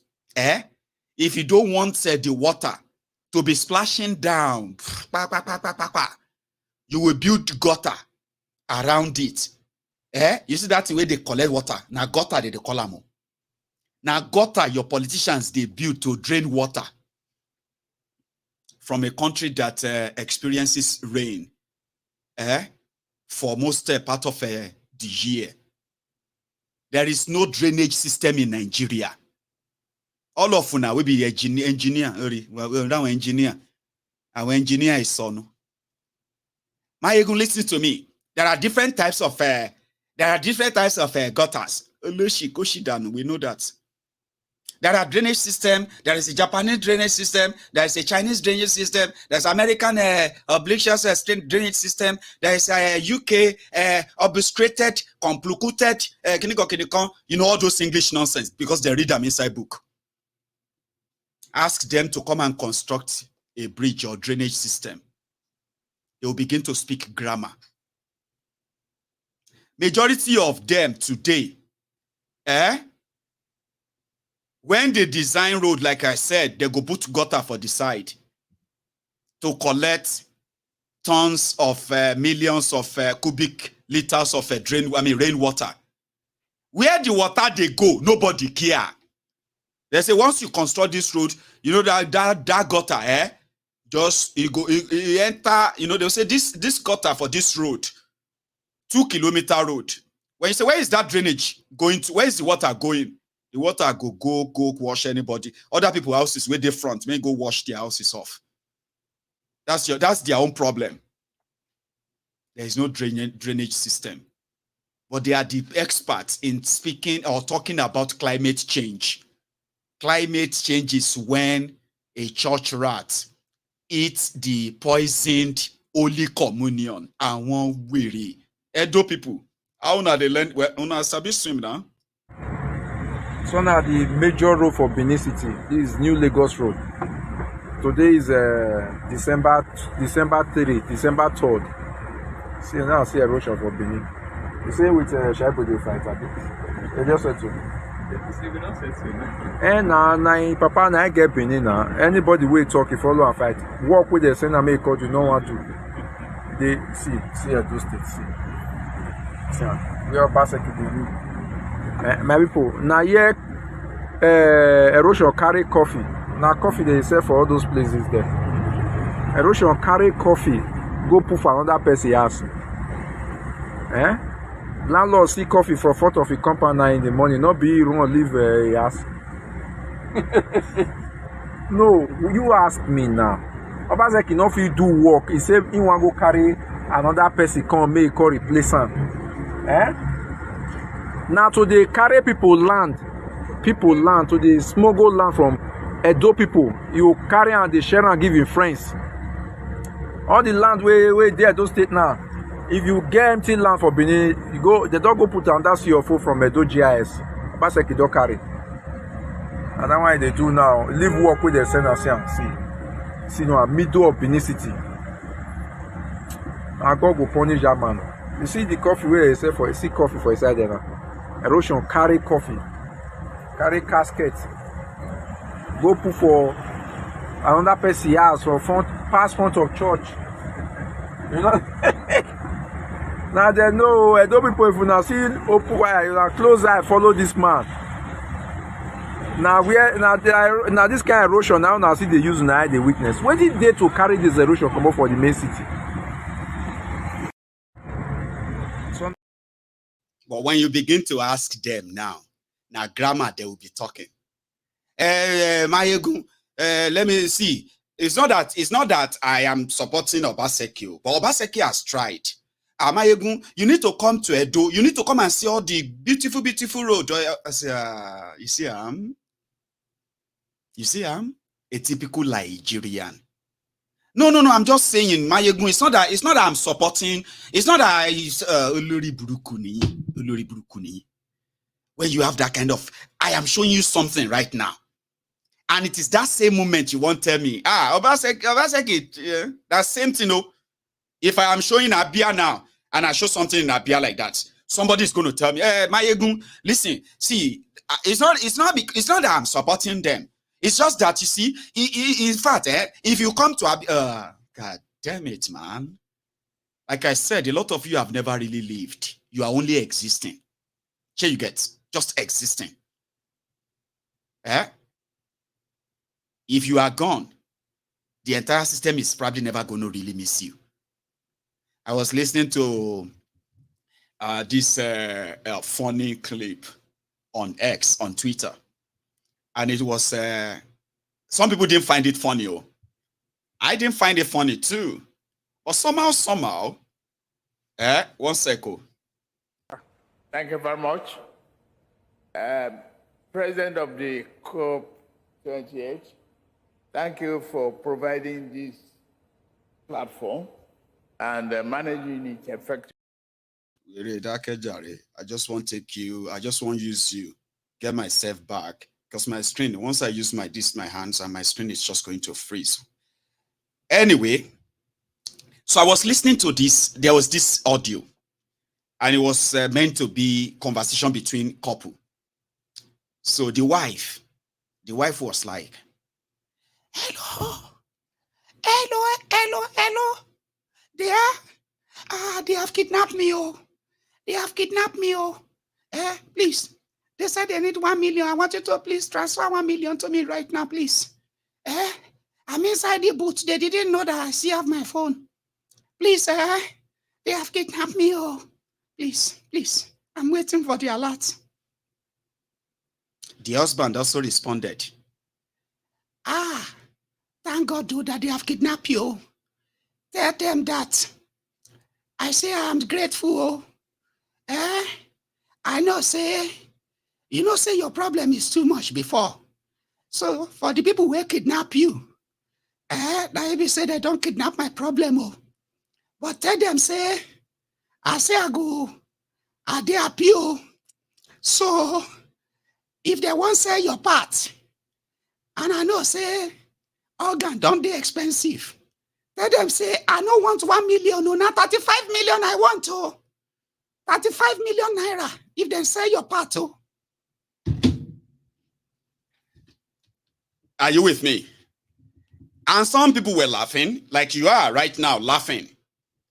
But the reason, the reason why it wasn't really funny, okay, to me, is that, like I said, a lot of you are just existing. You are not living. And they have continued to see you as statistics. And even some of you are already seeing yourselves as statistics, okay? And you see those couple that play those pranks, whether real or not, also reminded me of one when it kind of was like a joke. You remember the 2K joke, There was this one that somebody said, Baba, right now, the level at which people beg you for money, beg you to survive in that contraption. Sometimes they may call you, and they will say, hello, Baba, I need 10,000 naira. I want to pay you, but they are about to shoot me, oh. Baba, they say now 20,000 naira. If I don't give them the 20,000 naira, they go shoot me, oh. Baba, in Yoruba, it's actually funnier in Yoruba. They say, Loma Yegun, Joturi long, I want to ask you for something, please, in the name of God, okay? I want to beg you for 20,000 naira. There are some people here, they have put gun in my head. They are going to shoot me any minute from now. And I said, I will call you. 20,000 naira, please. And then you'll be like, 20,000, they want to kill you because of 20,000 naira. Then the drama will start. Yeah, want to venue, oh, please send the money. And you can just, you can mute it. Voice note. Yeah, hello. They are about to shoot me, oh, please, send the money, no. These are other creative ways that some of Nigerians are coping, in order to kind of survive and exist in this contraption called Nigeria. It's unfortunate, isn't it? One of you also expressed how some of you are already sort of coping, coping. It's a coping mechanism where a lot of you are no longer even able to afford air flight. And this one was surprised that only 3 people were able to afford the Asaba to Abuja. And here he is.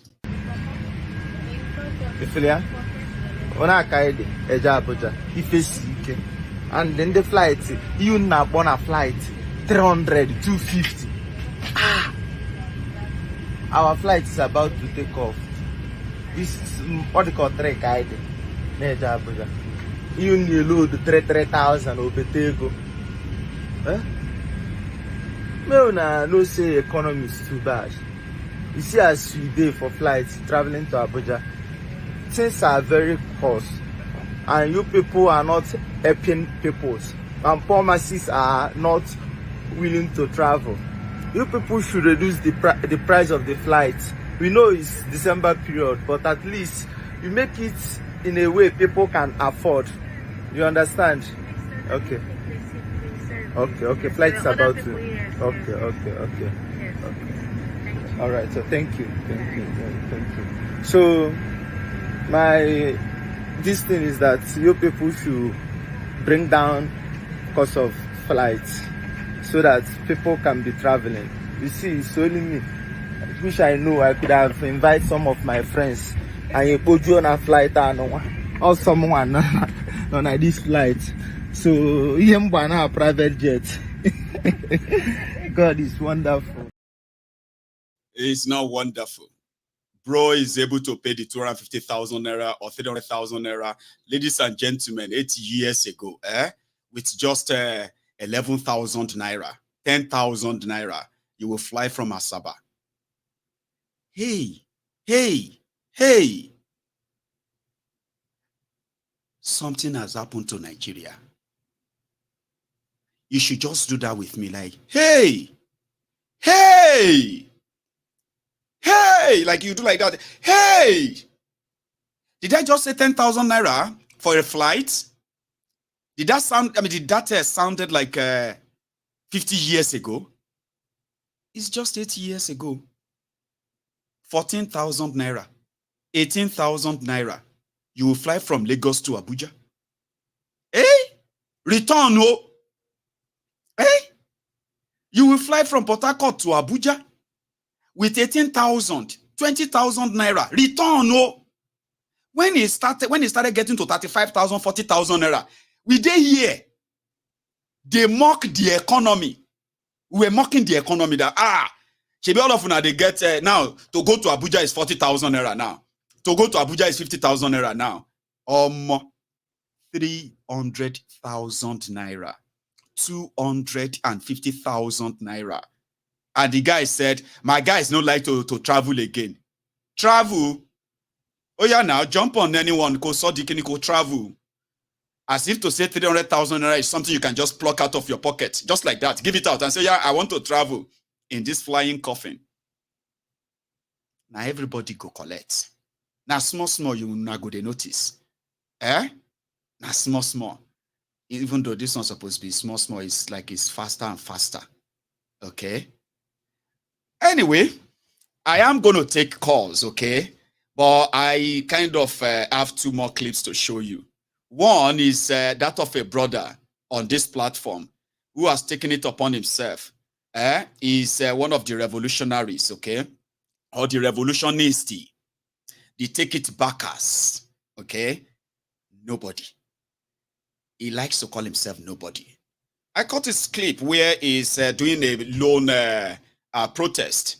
In case some of you don't know, Showore might be walking free, like you see him walking. Showore might have participated in their charade elections and all that. But nevertheless, Showore is still pretty much under the detention of the DSS. They could take him or pick him anytime and lock him up again for any reason and whatever they like. And which means it is still the continued disobedience to their own court order. Court ordered Showore to be freed and his passport released to him. Unfortunately, they have disobeyed that part of the order. But nobody will never let them, nobody won't have it. Okay? And I saw you, if you are watching, I saw this, and I was like, that's him, that's nobody. Oh, he's always somebody. We're out here again in the UK to protest that Showore is still in detention, nearly 2 years later. All he's doing is fighting for citizens' rights so that we can enjoy a better country, so that these criminals in office are in a position to exit the building. That's what they should do.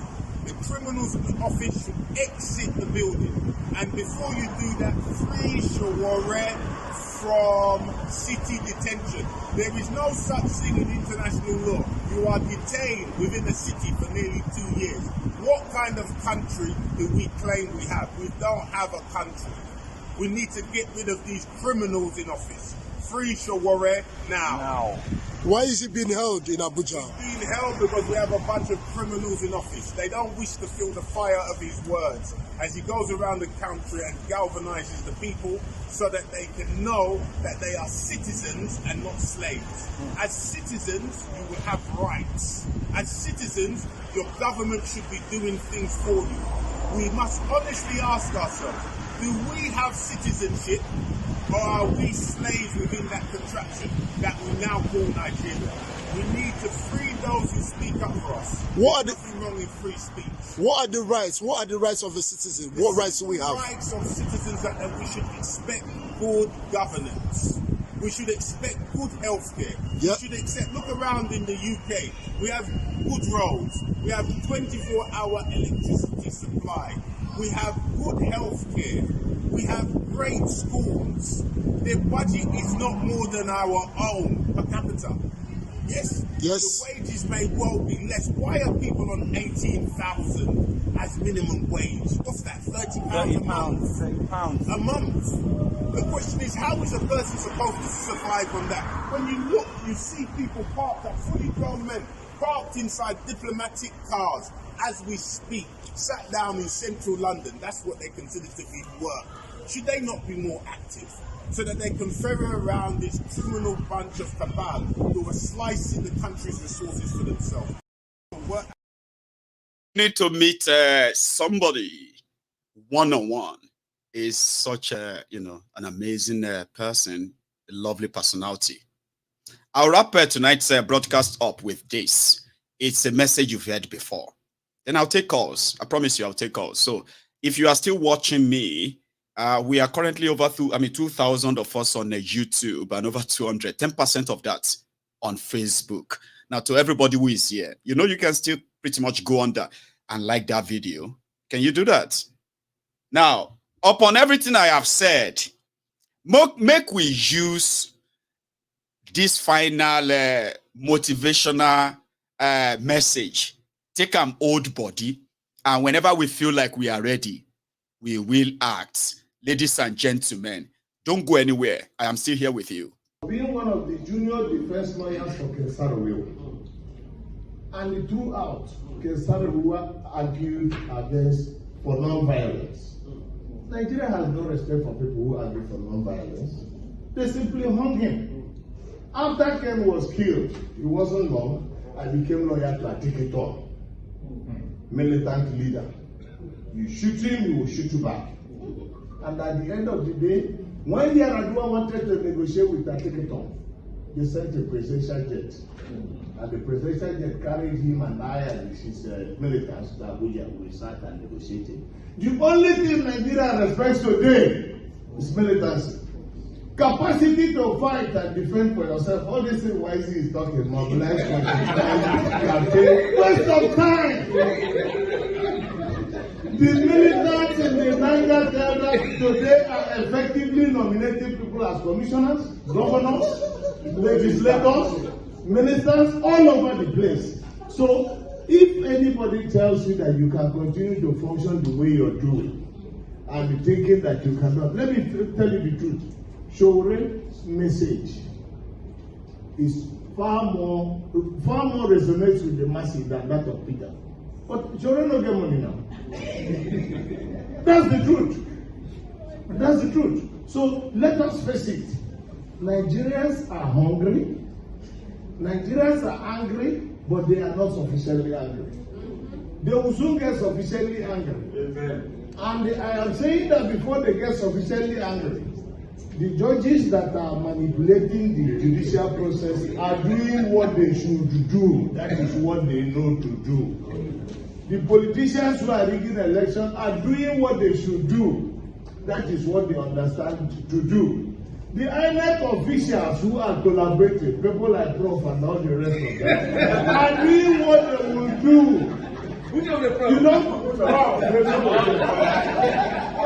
The only people who are not doing what they should do are the masses who are suffering, who are victims. I subscribe to the masses understanding that you will never get justice from the legislature. Never. You will never get justice from the executive. Never, ever. You will never get justice from the judiciary. You will get justice through your organization and your capacity and the courage to resist by every means necessary. It is not a moral question. It is not a moral question. If the other thing is a moral question, you want to march on the street and they will now drive you away, you're wasting your time. You must be prepared to resist them by every means necessary. Thank you, sir.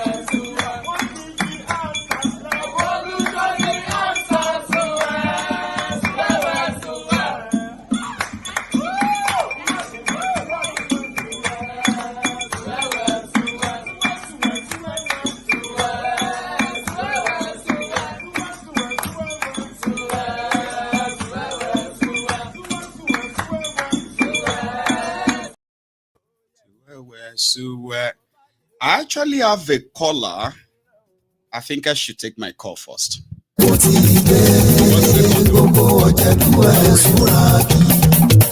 Yes, Baba.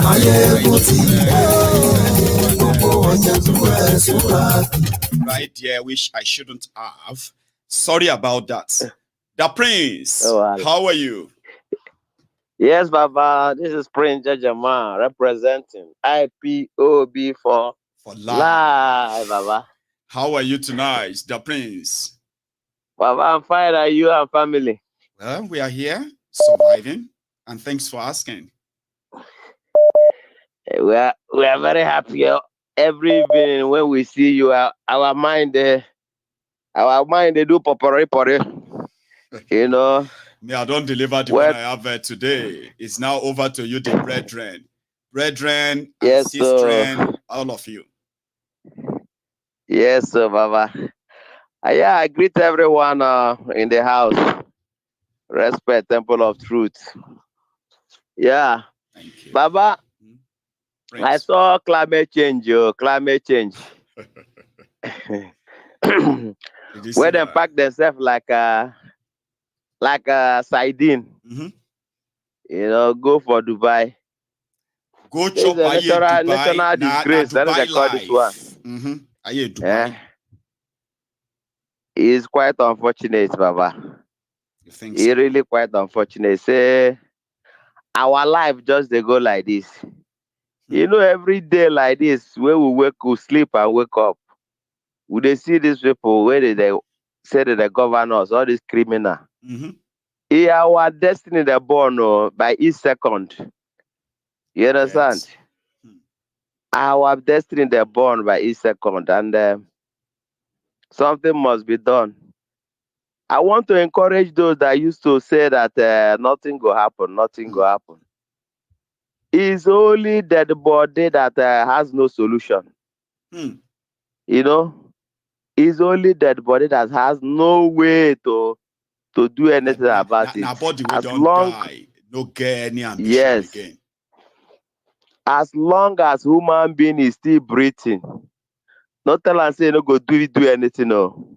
Baba, you dey hear me so? I deal with you. You see person where get a leprosy, you know leprosy, that kuturu. Hausa food they call am kuturu. If you tell and say you can't do anything, they can put hand inside food for you. That food where you want shop, that salad where you don't prepare finish, they ready to chop. Will leave it. You don't say that kuturu. If you put hand inside that food for you, don't chop finish with that though. You see, now where will they go with that? Now where will they go with that? So any person will come and say nothing go happen, nothing go happen. Forget these people with their Tucano jet, everywhere they pack up and down. There's no weapon so powerful more than truth. As they release them, so this truth from your platform, no weapon in this world that's more powerful than truth. You understand? Truth will last forever. Every other thing will fade. You get what I'm saying? So something must happen because this is slavery. Nigeria is pure slavery. Pure slavery. It's like they cannot do anything. They are actually telling people and showing people like you can't do anything. If you try anything, we'll kill you. Like that's exactly. Nah lie. How many won't kill? You don't do anything. Or more. Baba, I've never seen people this kill conquered in my life. I have been in Nigeria. I am 39 years old, and all my life I have seen enough too. Sure you get. I have never seen Nigerians feel so defeated like this in my life. Ever. Baba, forget. It will reset. Things will reset. The problem that our people are having is the mindset. You know, mindset, slave mentality mindset.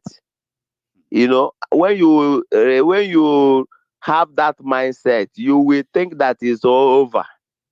If your mindset reset and say, look, today, like the bull will come and say, lion, we all of us go die together today. How many they won't kill? You understand, Baba? How many they won't kill? During SARS, you see all of them. All of them, they don't enter their private jet, they disappear. We don't see them. Now, a few ones where we could see the fear on their faces. They just use the palliative. Baba, they use palliative. Now, palliative, they take deceive Nigerians. Warehouses where they go open. People go there, enter warehouse, they go there, carry food. Anyway. You know what somebody said that about one they use to corner everybody. You know, say Nigeria, what they like to do on the oppressed is that they would like to find something to label on you, call you terrorists, call you this and that, so that they can have their way. You have they want you to have that guilty mind. Yes. That so our people, something must happen. Secondly, Baba, I want to remind Sowolu and Jagabandit and their wife. Their Lagos State, now Bales are the ones selling land. Bales, nobody have ever, in all this saga, nobody have ever called Bales. They have not, yes. Bales are the ones selling land to everybody. Both the land. They have not arrested. They never arrested any one of them one day. They know every one of them. In their present, Bales will sell land, and they will collect land. They will collect money. Bales are inside all of them. They're inside the chieftaincy of Lagos, above Lagos. All of them get their leg there. You understand me?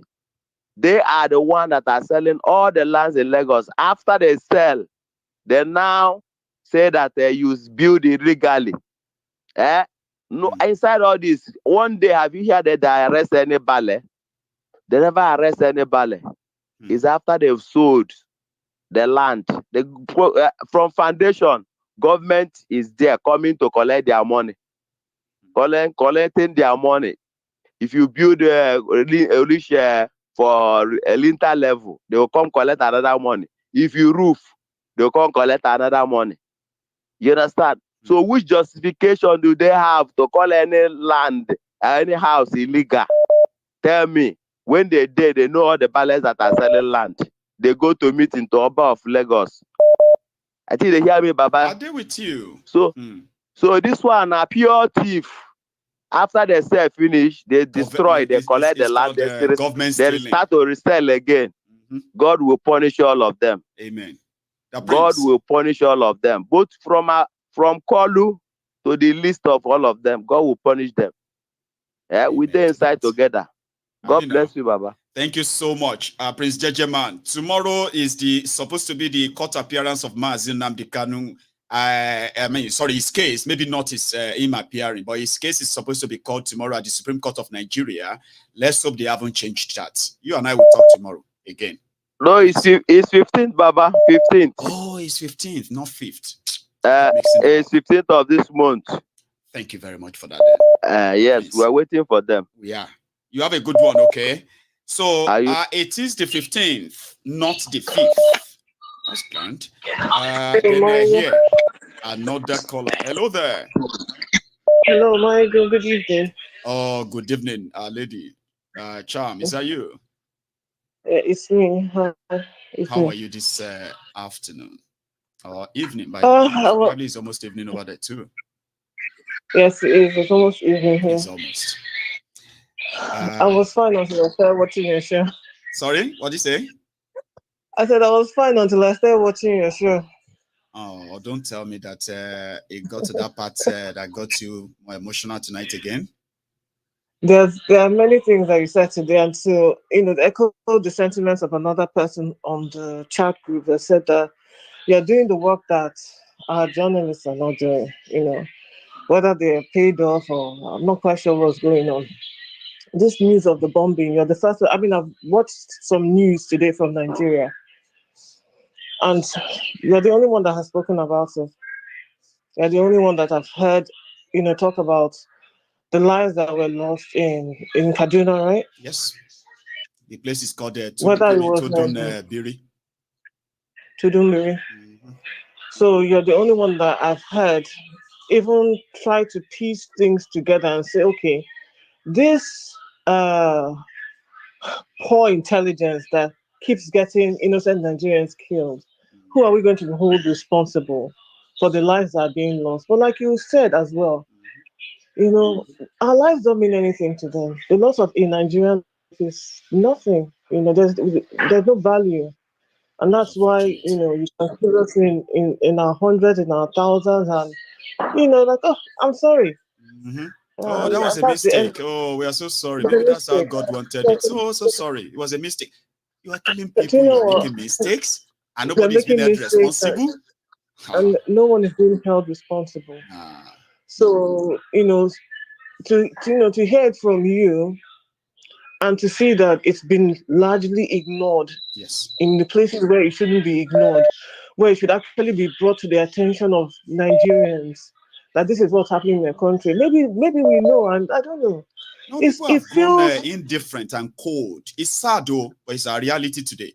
Have you noticed that the dollar to naira has been hovering between 1,200, 1,150, 1,280?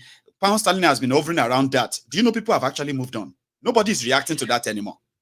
It's like it's okay. Like it's now 1,000. Pound sterling is now 1,400. I mean, it keeps going up. Nobody actually understands the damages that actually made. They just don't know how to handle it. Maybe they do and they don't care. Maybe they don't really have the understanding, of what the impact of the exchange rate is. The high exchange rate is at the moment, And I don't know. I think what touched me today are many things that you're sure, the loss of lives in Kaduna. Yes. The people who died running away from terrorists and then were still bombed, historically by their own government. Verify all this. Nobody was held or was punished. People died. I'm talking about it. If you put all of these bombings together, done by the Nigerian Army, killing Nigerians for different places in the last 5 years, it will be probably over 1,000 people killed for that purpose alone. And there is nobody. There's nobody held responsible. Nobody is being held responsible for it. And then You talked about the couple that was double kidnapping. Kidnapped, yes.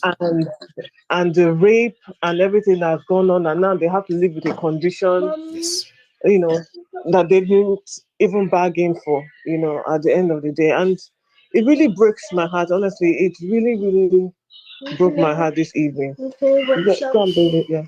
It really, really broke my heart this evening. In fact, I couldn't even listen any longer. Like, you can't even turn your back on your family. People that say, "Oh, I've turned my back on this and that." And there are people that if things like that happen to, God forbid, it's going to crush your spirit. It's going to kill your soul. At the end of the day, I don't know how it's going to happen. I know I've called before and I've said to you that I feel like revolution will come.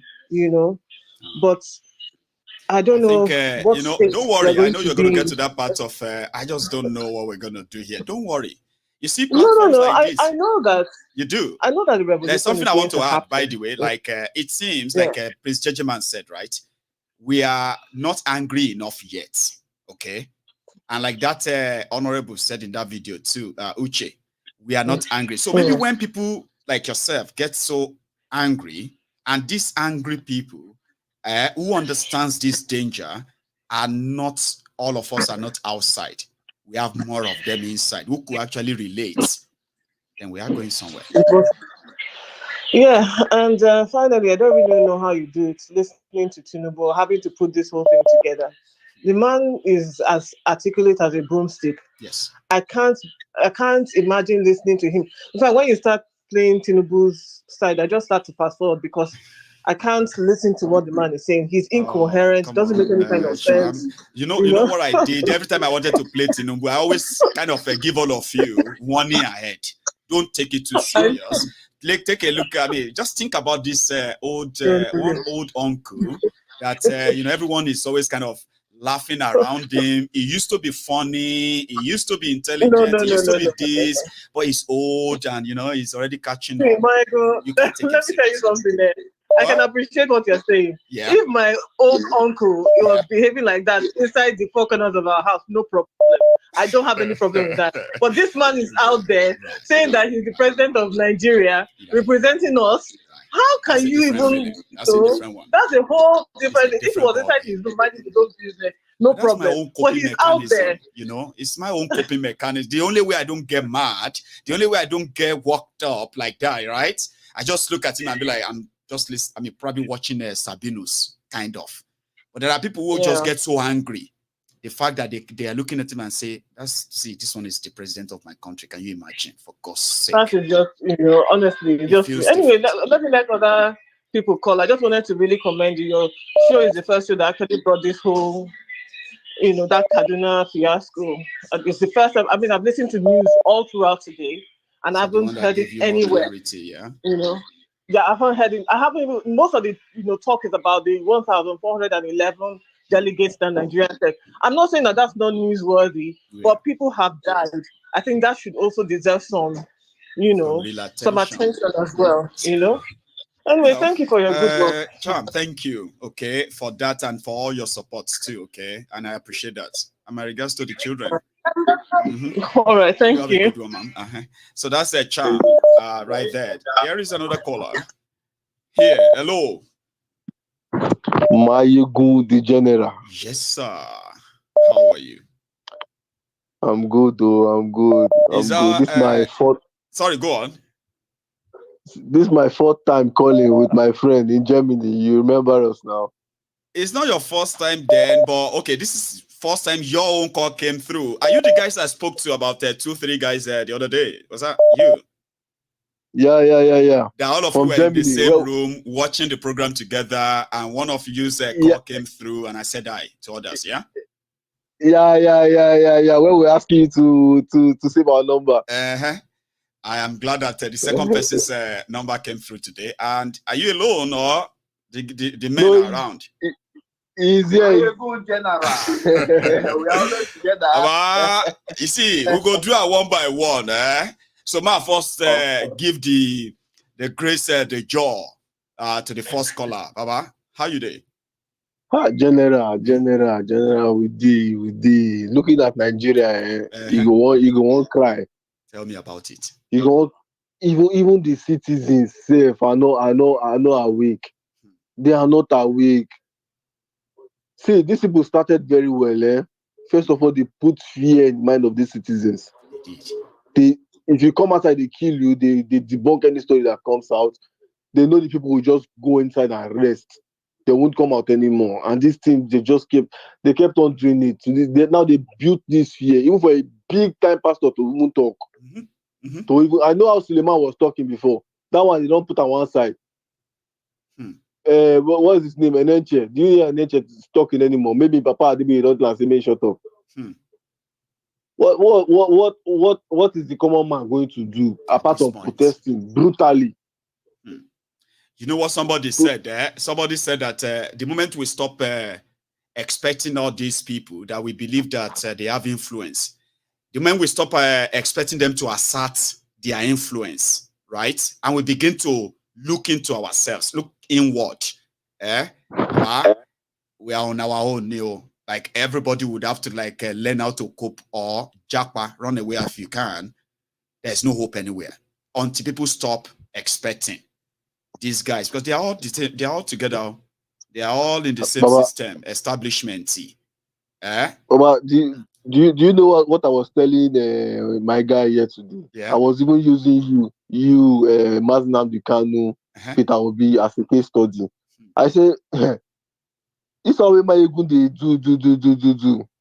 If they hold them, Nigerians, when they hold them now, they no go come outside for them. Come out for me, me, maybe say, even me, no, say, nobody go come out for me. You know, so how one person want to lead now? The choice is now going to be mine. Do you understand? That choice will now be mine. That is why when we look at the likes of Showore, even the likes of Peter Obi himself, somebody who has everything. Showore had everything. He was living in a place that he has everything, right? Then he chose to go back to a place where they are going to put him through the most inhumane, undemocratic experience. Now, Nigeria, they are saying they're supposed to don't kill him. I will see Nigerian, they will say, this show where they're supposed, they are still saying it too. Some are saying that Obi should be arrested. These are victims of the same criminals. So if I want to go Niger, Mazi Nnamdi Kanu, you know his story very well. There are people who wishes that he's already, they should have killed him by now. Now, when you look at this whole thing, now you will come choose, say you won't be Jesus to everybody, or you won't just use your own energy to fight and speak so that when your own day go come for this, possibly by then, enough people go don't gain liver, see what you are saying, and end the madness. But if they don't see him, see if they catch me, Baba, if they catch me, a lot of you will be so sad. I understand that. But you know what? Me, I know if I enter their hand, if you not see me again, I be say I still get message who I want to deliver for now, because if they grab me, Baba, even myself, I don't go expect anybody make them come out, because I know what Nigeria is. It's unfortunate. I just do sometimes. I just look at cowards, cowards everywhere. Do you know these people now? They have turned this thing to this thing of tribalism. They have turned it to Barcelona versus Chelsea or Man U versus Arsenal. They think it's a joke. It's a game. They actually think politics is a game. Here you get. They think I'll go on social media, go read comment. I'll see one person in defense. Nonsense. Makes no sense. Person go tell you, say, she been at just 4 years.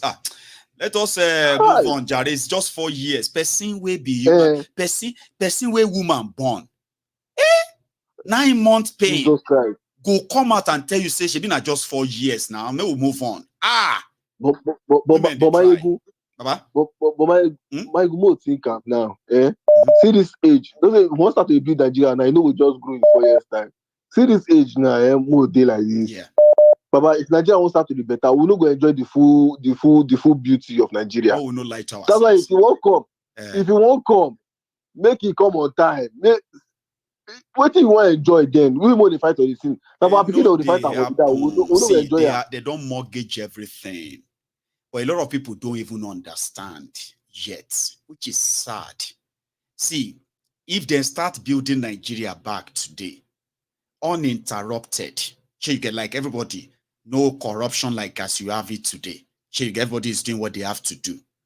It will take them it will take them straight 50 uninterrupted good government. 50 to begin to actually really get to a stage where Nigeria can be at the level of like Singapore, Philippines, all those places where we see Nigeria deal with in 1960.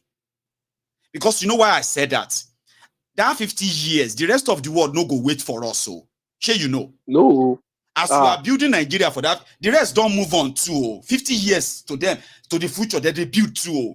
So if Nigeria can't they build at a pace, we go meet something uninterrupted now 50 years, Baba. And me and you know, say, now inside our dream, that go happen. In our dream. Yeah, such a pity, oh. Such a pity. Until everybody is ready to defend themselves, like that Honorable Sedauche said, right?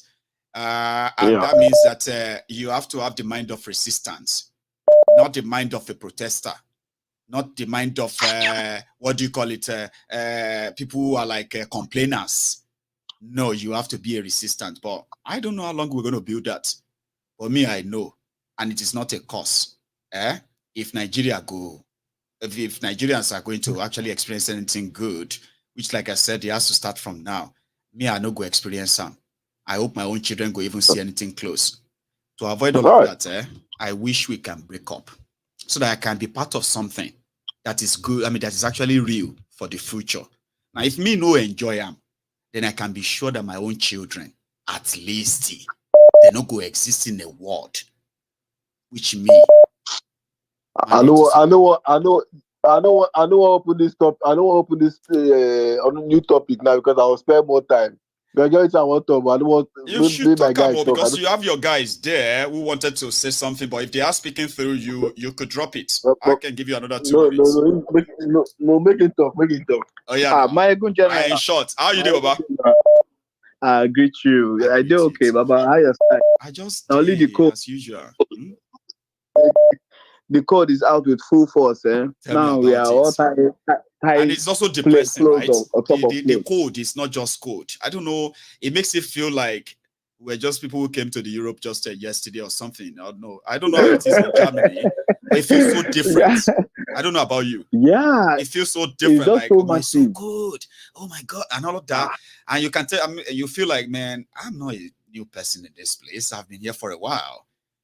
Yeah. Anyway. Every day. Once the code comes out like this, every day it feels like you're just coming. It's like new, exactly. I actually thought it's just me. Sure you get, but I can tell. It's general. It's general. The feeling is mutual. Good one, it's a mutual feeling. I know. Yeah. Fine. So talking about the people that went for this trip with Mr. Climate change. Yes, with Kolu.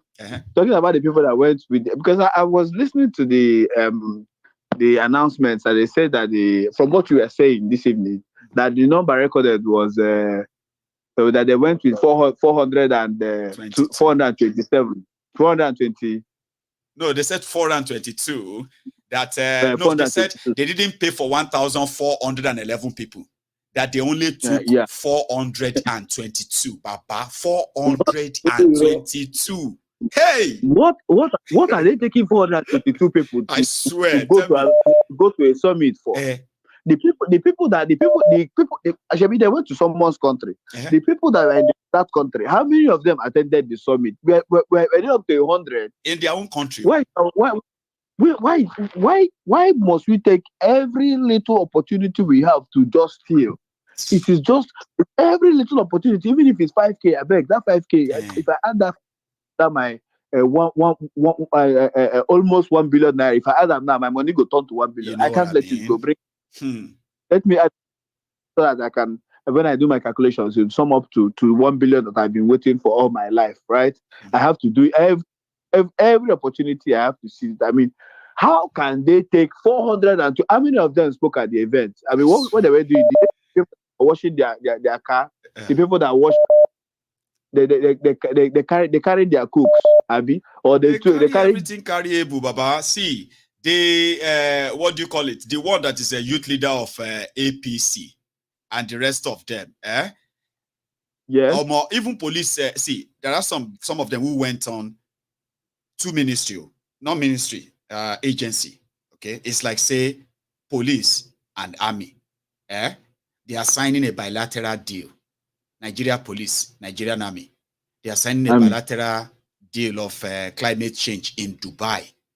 Two people, when they say their offices stay next to one another in Abuja, they also flew 6,000 miles to Dubai, and they were taking pictures, and they are shamelessly uploading the pictures. Such a pity. Such a pity.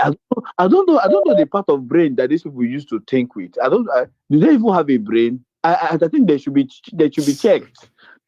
They should check a black man's brain and see what is actually inside. I don't think they have brains. I doubt. Strongly. You know, they are criminals. That's what they know how to do. Now me and you, they act surprised. Baba, if you see armed robber, what's armed robbers they do? If armed robber enter down your room where you and your guys stay right now and say everybody face down, waiting they can't take. No be waiting there inside the place they won't take. So armed robber can't rob you. Take everything where they inside. You can't there say, why are armed robbers like this? He just came into our place and he started robbing us. Why are they always like this? Baba, you did okay, so we are talking about robbers. Armed robbers can't rob you. You can't say, why are armed robbers like that? Nigerian politicians are criminals. This is what they do. This is what they do. It's only when the citizens begin to understand the consequences of all these actions and begin to push back that we can begin to say, okay, it is sad. It's so bad. And they were talking about Bayelsa. You know, I actually served in, but I had the opportunity to serve in Bayelsa as a youth corps. You did. But 2015. So I was in Bayelsa. It's the people in Bayelsa are okay. You know, but the state, Bayelsa is more like, I don't know if I think my village is more developed than Bayelsa. I swear. With the kind of money that's coming there, Bayelsa should be better than Abuja or Lagos, or at least level up. You know, that small space, the population, and the kind of money they get as well. They should be one of the best places in Nigeria. My brother, there is no light. With great standard of living. There's no light in Bayelsa. There is no light. Vote? Did I not show you the video of where their governor voted? That is a school that is next to his house.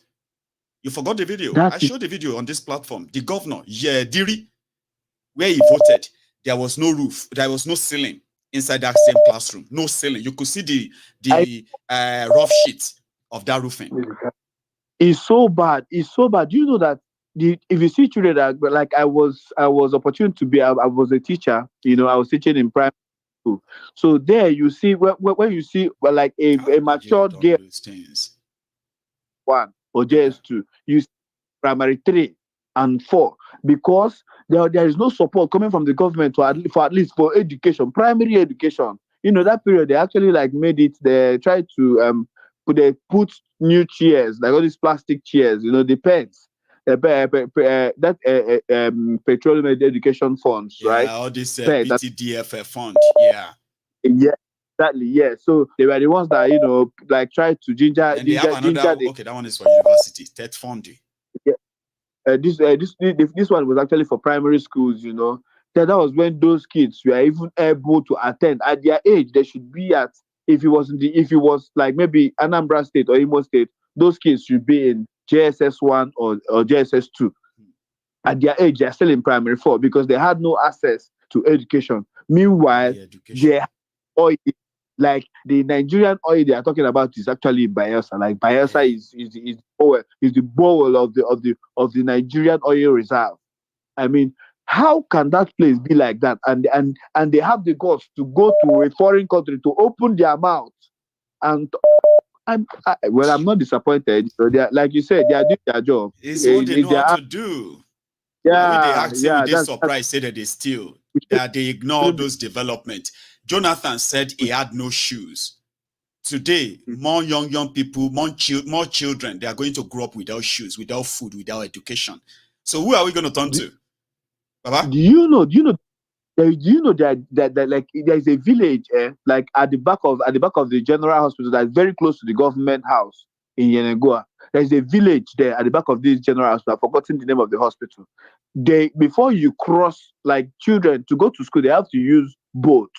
You know this boat. What Obamala, as like what people would say. You know those wooden canoe.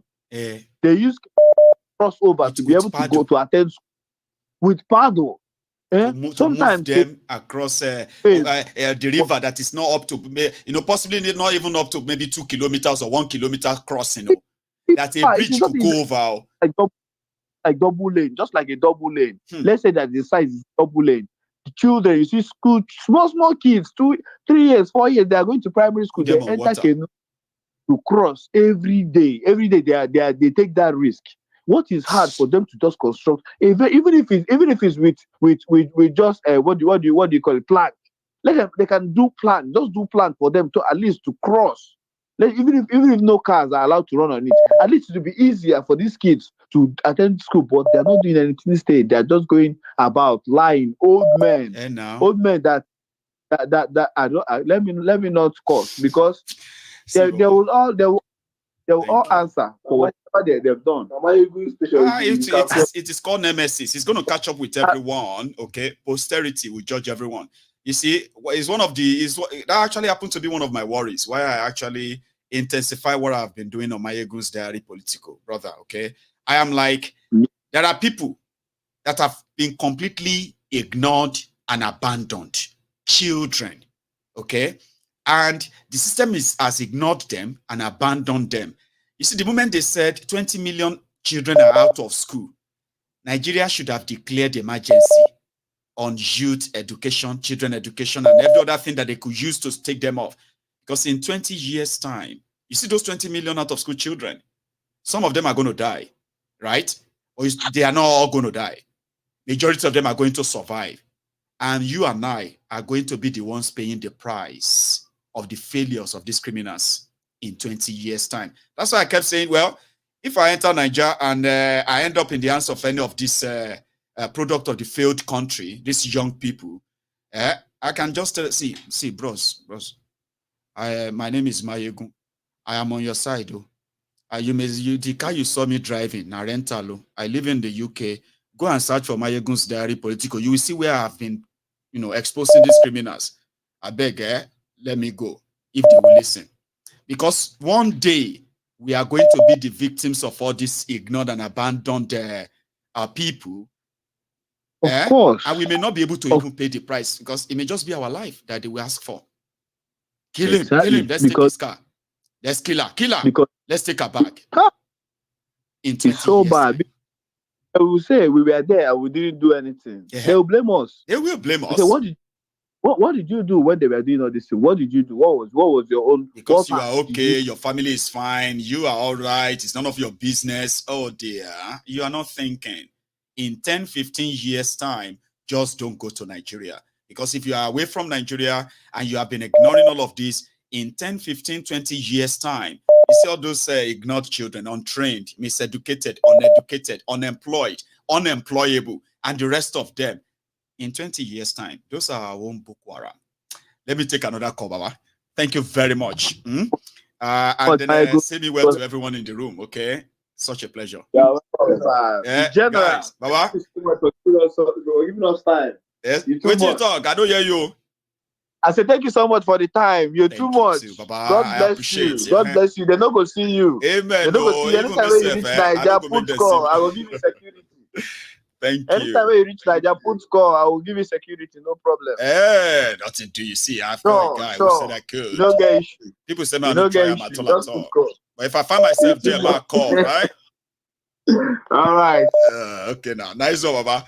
So, a lot of people will be like, no, Mayegun, don't listen to it. Don't listen to them. Don't go there. But eventually, I will be there. I keep telling people I've not done anything wrong, okay? And if we are talking about us being scared or feared, and the fear is what they have actually ensured that remain with all of us. Sometimes, right, we have to actually break the yoke. I will break the yoke when I feel like I've done my job, and if they lock me up now, you all will be fine. My own brethren will be fine, but not now. My caller. Hello there. Hello, Michael. Good hello, evening. It's been a while. This is Julian from Colorado. Julian, did you say? Yeah, Julian from Colorado. But yes. It's like I saw your comment earlier, but yeah, it's been a while. Yes. How you doing? It's been a while. Oh, fine. I just came back from work on time, so I just tuned in. I bumped into this. That's great. So thanks for calling. Yes. Please. Yes. You're doing a great job, and the only thing I would say is that I'm tired of the whole Nigerian thing. Most of the times why I tune into this program is your words of wisdom and your experience about life. That your own personal experience touches me more than Nigeria's problem, because I've given up on Nigeria. Anybody will not want to leave Nigeria, because I had bad experience. I say before I came, I've been to the US before I came this final time. I've been to the US about 3 times. Mm-hmm. Yes, 3 times. So this time I was coming with my family, my wife and kids. Right. But yeah, look. The night we left VI, there was no feel. Area boys gather. And because my wife was pregnant, that's why they left me. Oh dear. So people who won't stay for Nigeria, they as soon as they just see my pregnant, okay, they just leave. That will not do. I come manage by gas. That night, buy gas, put inside my car with my kids. We drove to First Stack, where I stay. Right. So when I got to First Stack, there were lots of people at the gas station.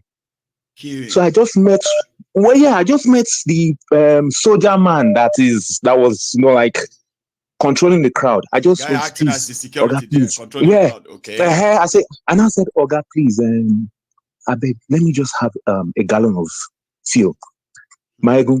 This man wipe. When I mean wipe, he just turned, looked at me. He started flogging me with one rubber. To tell you the truth, he was flogging me. I was blocking. He was flogging with crowd looking as if I was a thief, flogging me because I withstood him. I didn't fall. One other soldier came to meet him. They were beating. When I mean they were beating, I said, what? I looked at myself. I said, what I pay? I was just looking at myself. Am I the one that they are beating? What did I do? Somebody now pulled me aside. When they were tired of beating me, they now left me. So one malam that I used to change money from, saw me and said, okay, Oga, come. Took me to the car. I wept. I said, when I leave, look.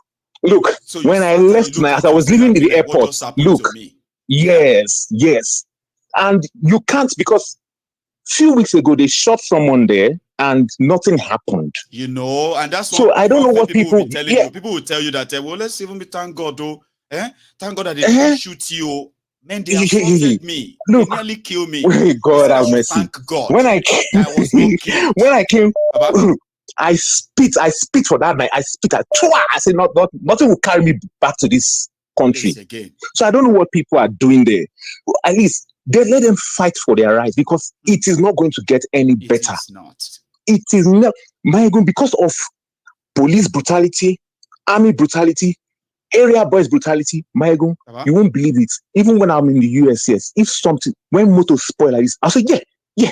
I would say maybe area boys won't come slap me, because when I was married, the first time I was married, me and my wife were going to church, this was years ago. Right.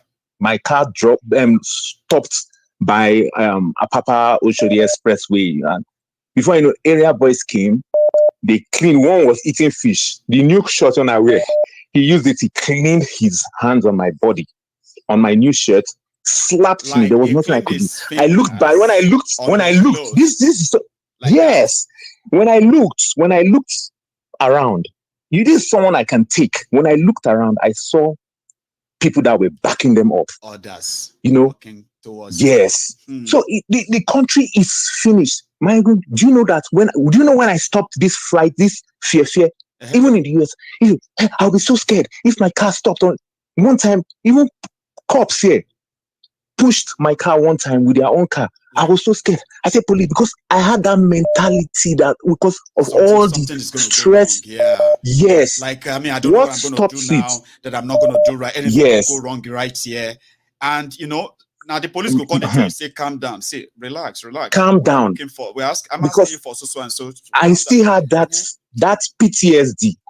I still had that PTSD of area boys, police, army, assaulting. Oh God. Do you know when I stopped? Baba? It was the day. Oh yeah, tell me, how did you stop? Go on. You know, the way I stopped was when you drove that 89, is it 80 something miles when you drove your car? Yeah. Like there was one time you had your old car. Like when you go on when you drive. Yes. No, when your car had a problem months ago. Oh, you talking about me? Before when my undercar broke down with my family, everybody inside. Oh my! Yes, and you were calm. Horrible. No, and when you were calm, and you drove 80 something miles. I did, 87 miles. Yes, to Glasgow. Yes. Look, Maego, that changed me. It happened. That same experience happened to me. Somewhere in Colorado. I was going to Colorado Springs. I was with my daughter. Something happened, right? And the car just stopped. I said, I wanted to start having that panic again. Hey. Then I said, Maegu is a young man. Maegu drove 80 something miles. I was now calm. I was calm. So somebody came to help me. I said, no, I got this. That was what changed me. I said, if Maegu can do it, wow, at all. I now relaxed myself. I said, if Maegu could do it, I can do it. At least he's a young man. Why can't? That was what changed the whole thing. That PTSD, I don't know. I never have it any longer. You see why? Even if anything happens, talk about things. You see on this program, right? Yes. A lot of people. Oh my God. Baba, a lot of people don't understand the fact that when I try to paint a scenario, sometimes I use myself. What happened to me? Sometimes I use others. Yeah. Sometimes I try to make it a combination of both.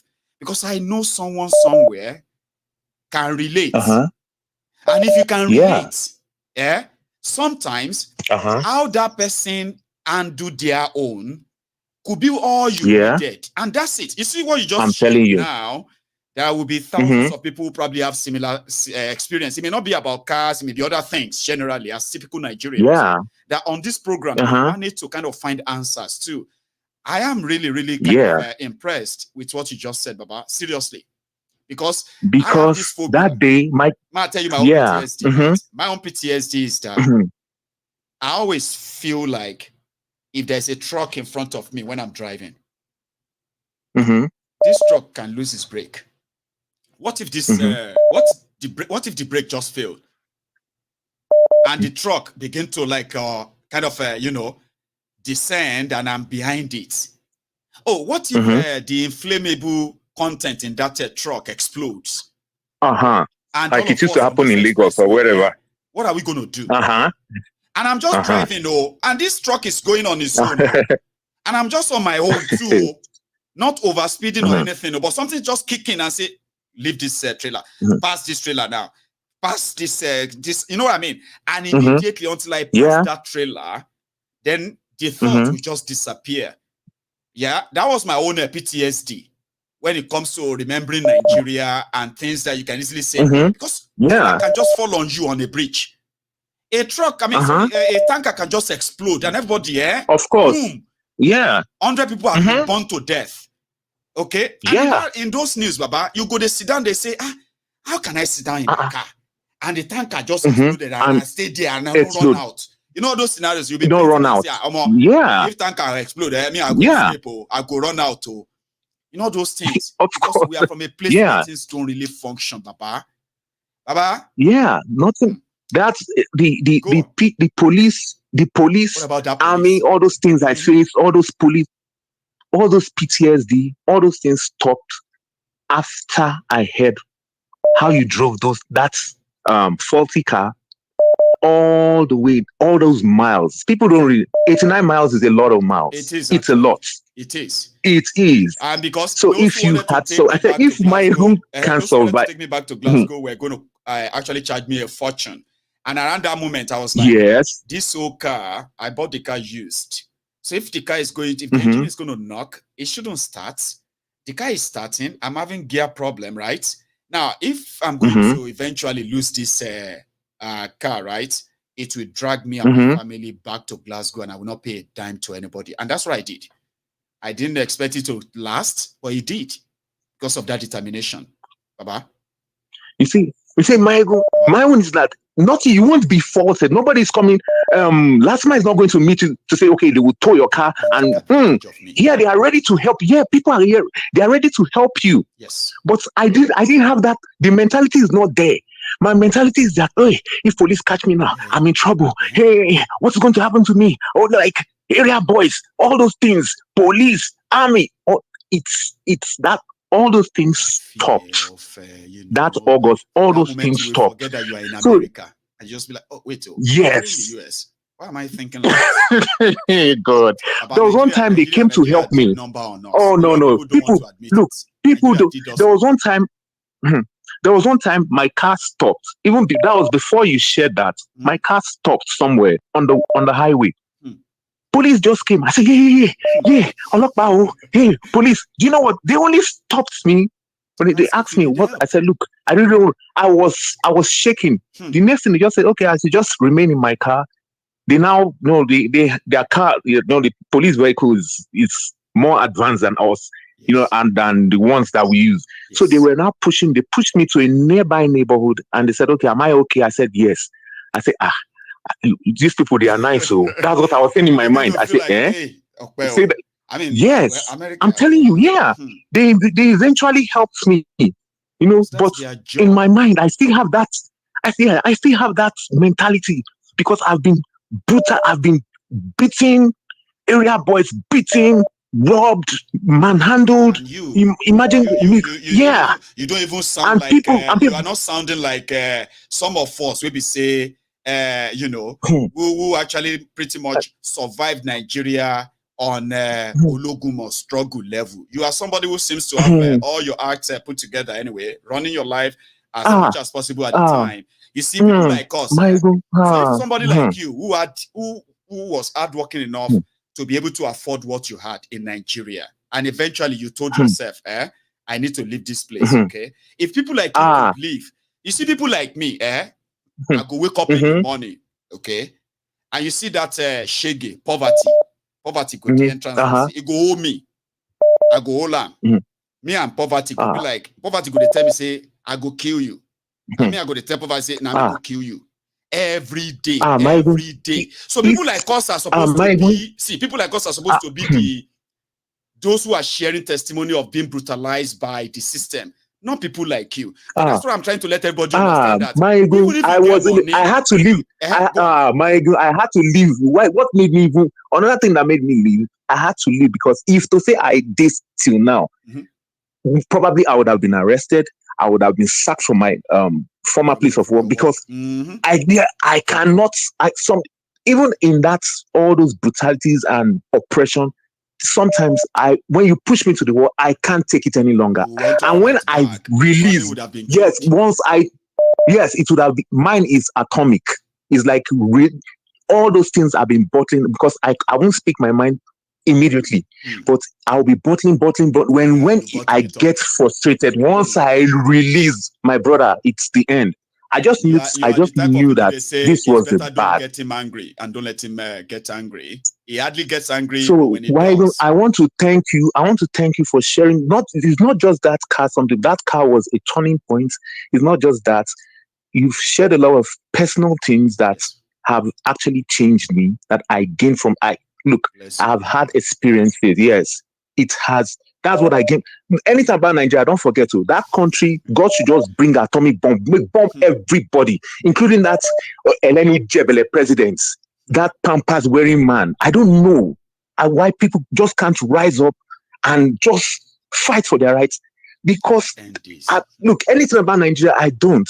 It's most times when I hear, what I gain more is your experience, like your personal experience, and I gain that in me. No matter how young you are young, and it shows that you actually stayed with older people. Where I grew up among old people. Yeah.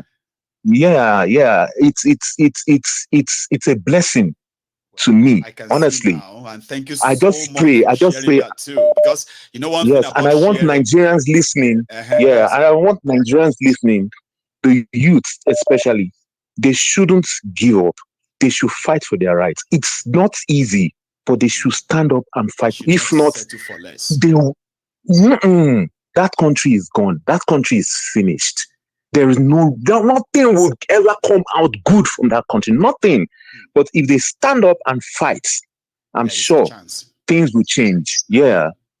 Thank you. Thank you. God bless you. Bless your family. Too. And yeah. Thank you so much. I appreciate this. And then you have a wonderful evening over there. I love that. My friend from Colorado. Indeed, our time is almost out.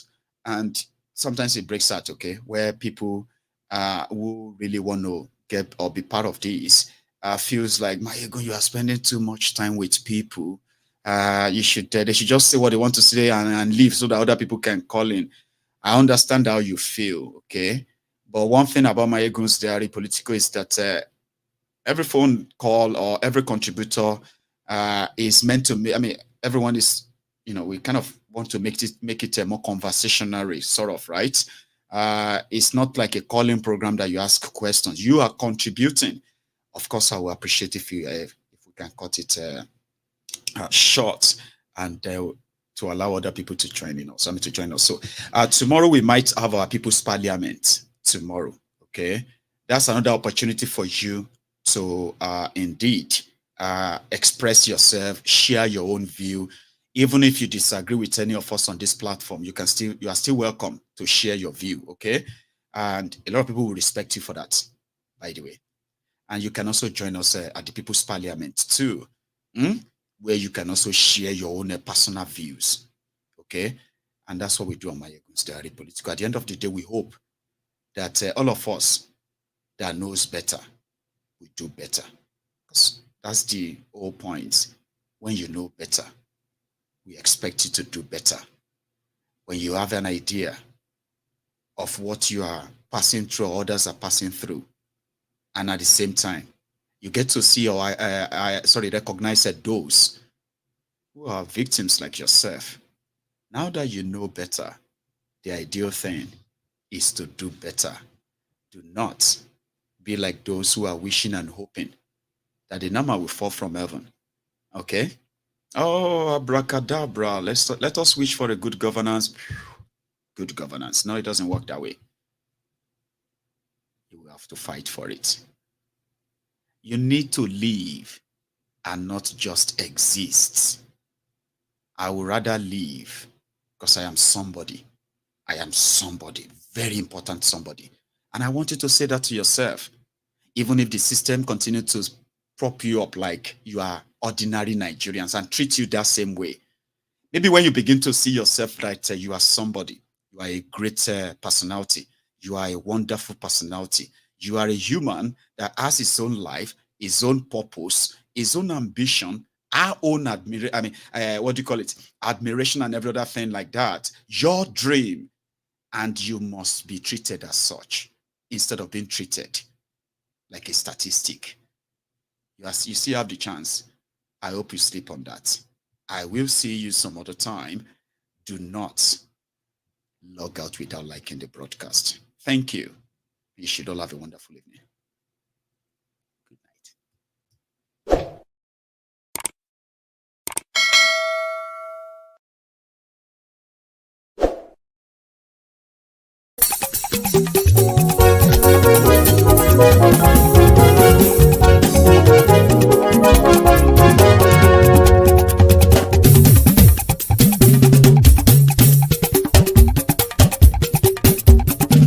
Mayegun làwa mọ̀ ọ́ làmọ̀ tó dòdòdò.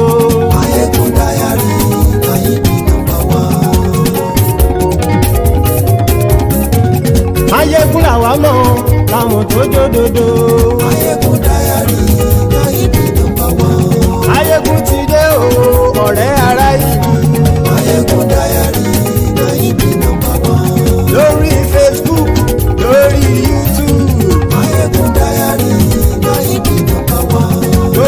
ṣe ń lọ ni Máyégún já wa sí. Máyégún Diary na ibi nọ́mbà 1. àṣírí ọ̀jẹ̀lú kì í bò níbẹ̀ o. Máyégún Diary na ibi nọ́mbà 1. bó bá ṣe eré àní Máyégún máa wí. Máyégún Diary na ibi nọ́mbà 1. ó sì tún ṣe eré wàá gbọ́ níbẹ̀ o. Máyégún Diary na ibi nọ́mbà 1. Máyégún Diary politico. Máyégún Diary na ibi nọ́mbà 1. Godfatherism kò sí lọ́rọ̀ Máyégún. Máyégún Diary na ibi nọ́mbà 1. ẹ farabalẹ̀ sẹ́ o kẹgọ́rọ̀ lẹ́nu o. Máyégún Diary na ibi nọ́mbà 1. àní Máyégún làwa mọ̀ tó dódòdó. Máyégún Diary na ibi nọ́mbà 1.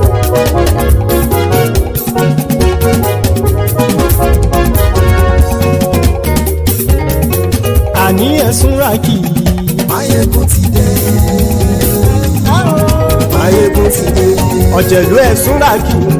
Máyégún ti dé. àní ẹ̀sùn ràkì. Máyégún ti dé. lórí Facebook. Máyégún ti dé. àní ẹ̀sùn ràkì. Máyégún ti dé. lórí YouTube. Máyégún ti dé. àní ẹ̀sùn ràkì. Máyégún ti dé. bọ́ bàbá gbé wúrẹ́. Máyégún máa wí. àní ẹ̀sùn ràkì. Máyégún ti dé. ijó ìgbádìyẹ.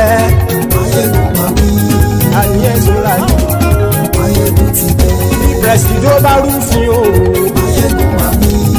àní ẹ̀sùn ràkì. Máyégún ti dé. kí gómìnà kówó jẹ. Máyégún máa wí. àní ẹ̀sùn ràkì. Máyégún ti dé. ọlọ́pàá tí ń darí bá. Máyégún máa wí.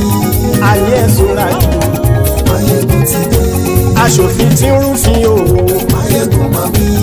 àní ẹ̀sùn ràkì. Máyégún ti dé. òpùrọ́ olóṣèlú. Máyégún máa wí. àní ẹ̀sùn ràkì. Máyégún ti dé. ọ̀jẹ̀lú ẹ̀sùn ràkì. Máyégún ti dé. àní ẹ̀sùn ràkì. Máyégún ti dé.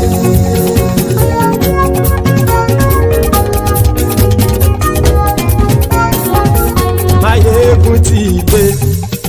gbogbo ọ̀jẹ̀lú ẹ̀sùn ràkì. Máyégún ti dé. gbogbo ọ̀jẹ̀lú ẹ̀sùn ràkì. ṣùgbọ́n ní bá ti ṣe èyí tó yẹ kí wọ́n ṣe ọmọ bá dèrò ní fi wọ́n níran o. Máyégún ti dé. Gbogbo ọ̀jẹ̀lú ẹ̀sùn ràkì. Máyégún ti dé. Gbogbo ọ̀jẹ̀lú ẹ̀sùn ràkì. ṣùgbọ́n ní bá ti ṣe yìí tó yẹ kí wọ́n ṣe ọmọ bá dẹ́rọ̀ òní fi wọ́n níran.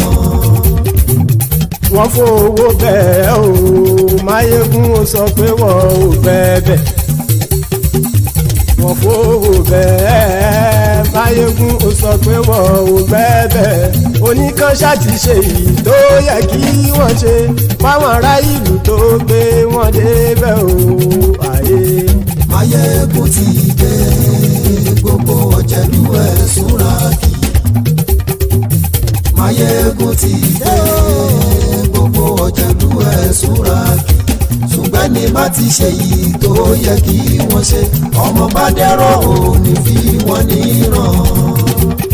ha kì máa yí ṣe eré ọ̀rọ̀ yìí kì í ṣe ẹ̀fẹ̀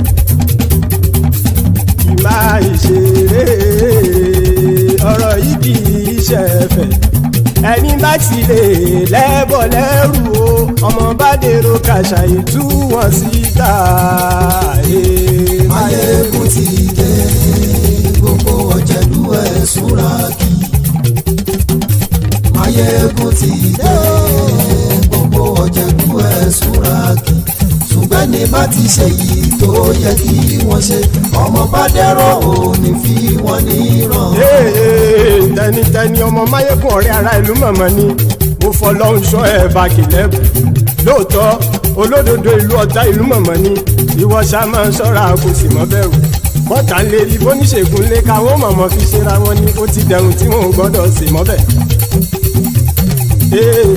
èèpo ọ̀gọ̀ lọmọ bá dérò tàjẹ́ ò gbọ́dọ̀ jẹ ó ti jọba lórí àbínú ẹni kò sì mọ́ bóyá àìsíwọ́lu ní ẹnìkẹ́ ìgbódi ẹyin lábàrá o ó kó ẹni tó bá dán o àkàmù Máyégún ti dé gbogbo ọ̀jẹ̀lúwẹ̀ túnra kì Máyégún ti dé gbogbo ọ̀jẹ̀lúwẹ̀ túnra kì o ẹni bá ti ṣe yìí tó yẹ kí wọ́n ṣe ọmọ bá dèrò òní fi wọ́n níran o. Máyégún ti dé gbogbo ọ̀jẹ̀lúwẹ̀ túnra kì Máyégún ti dé gbogbo ọ̀jẹ̀lúwẹ̀ túnra kì ṣùgbọ́n ní bá ti ṣe yìí tó yẹ kí wọ́n ṣe ọmọ bá dèrò òní fi wọ́n níran.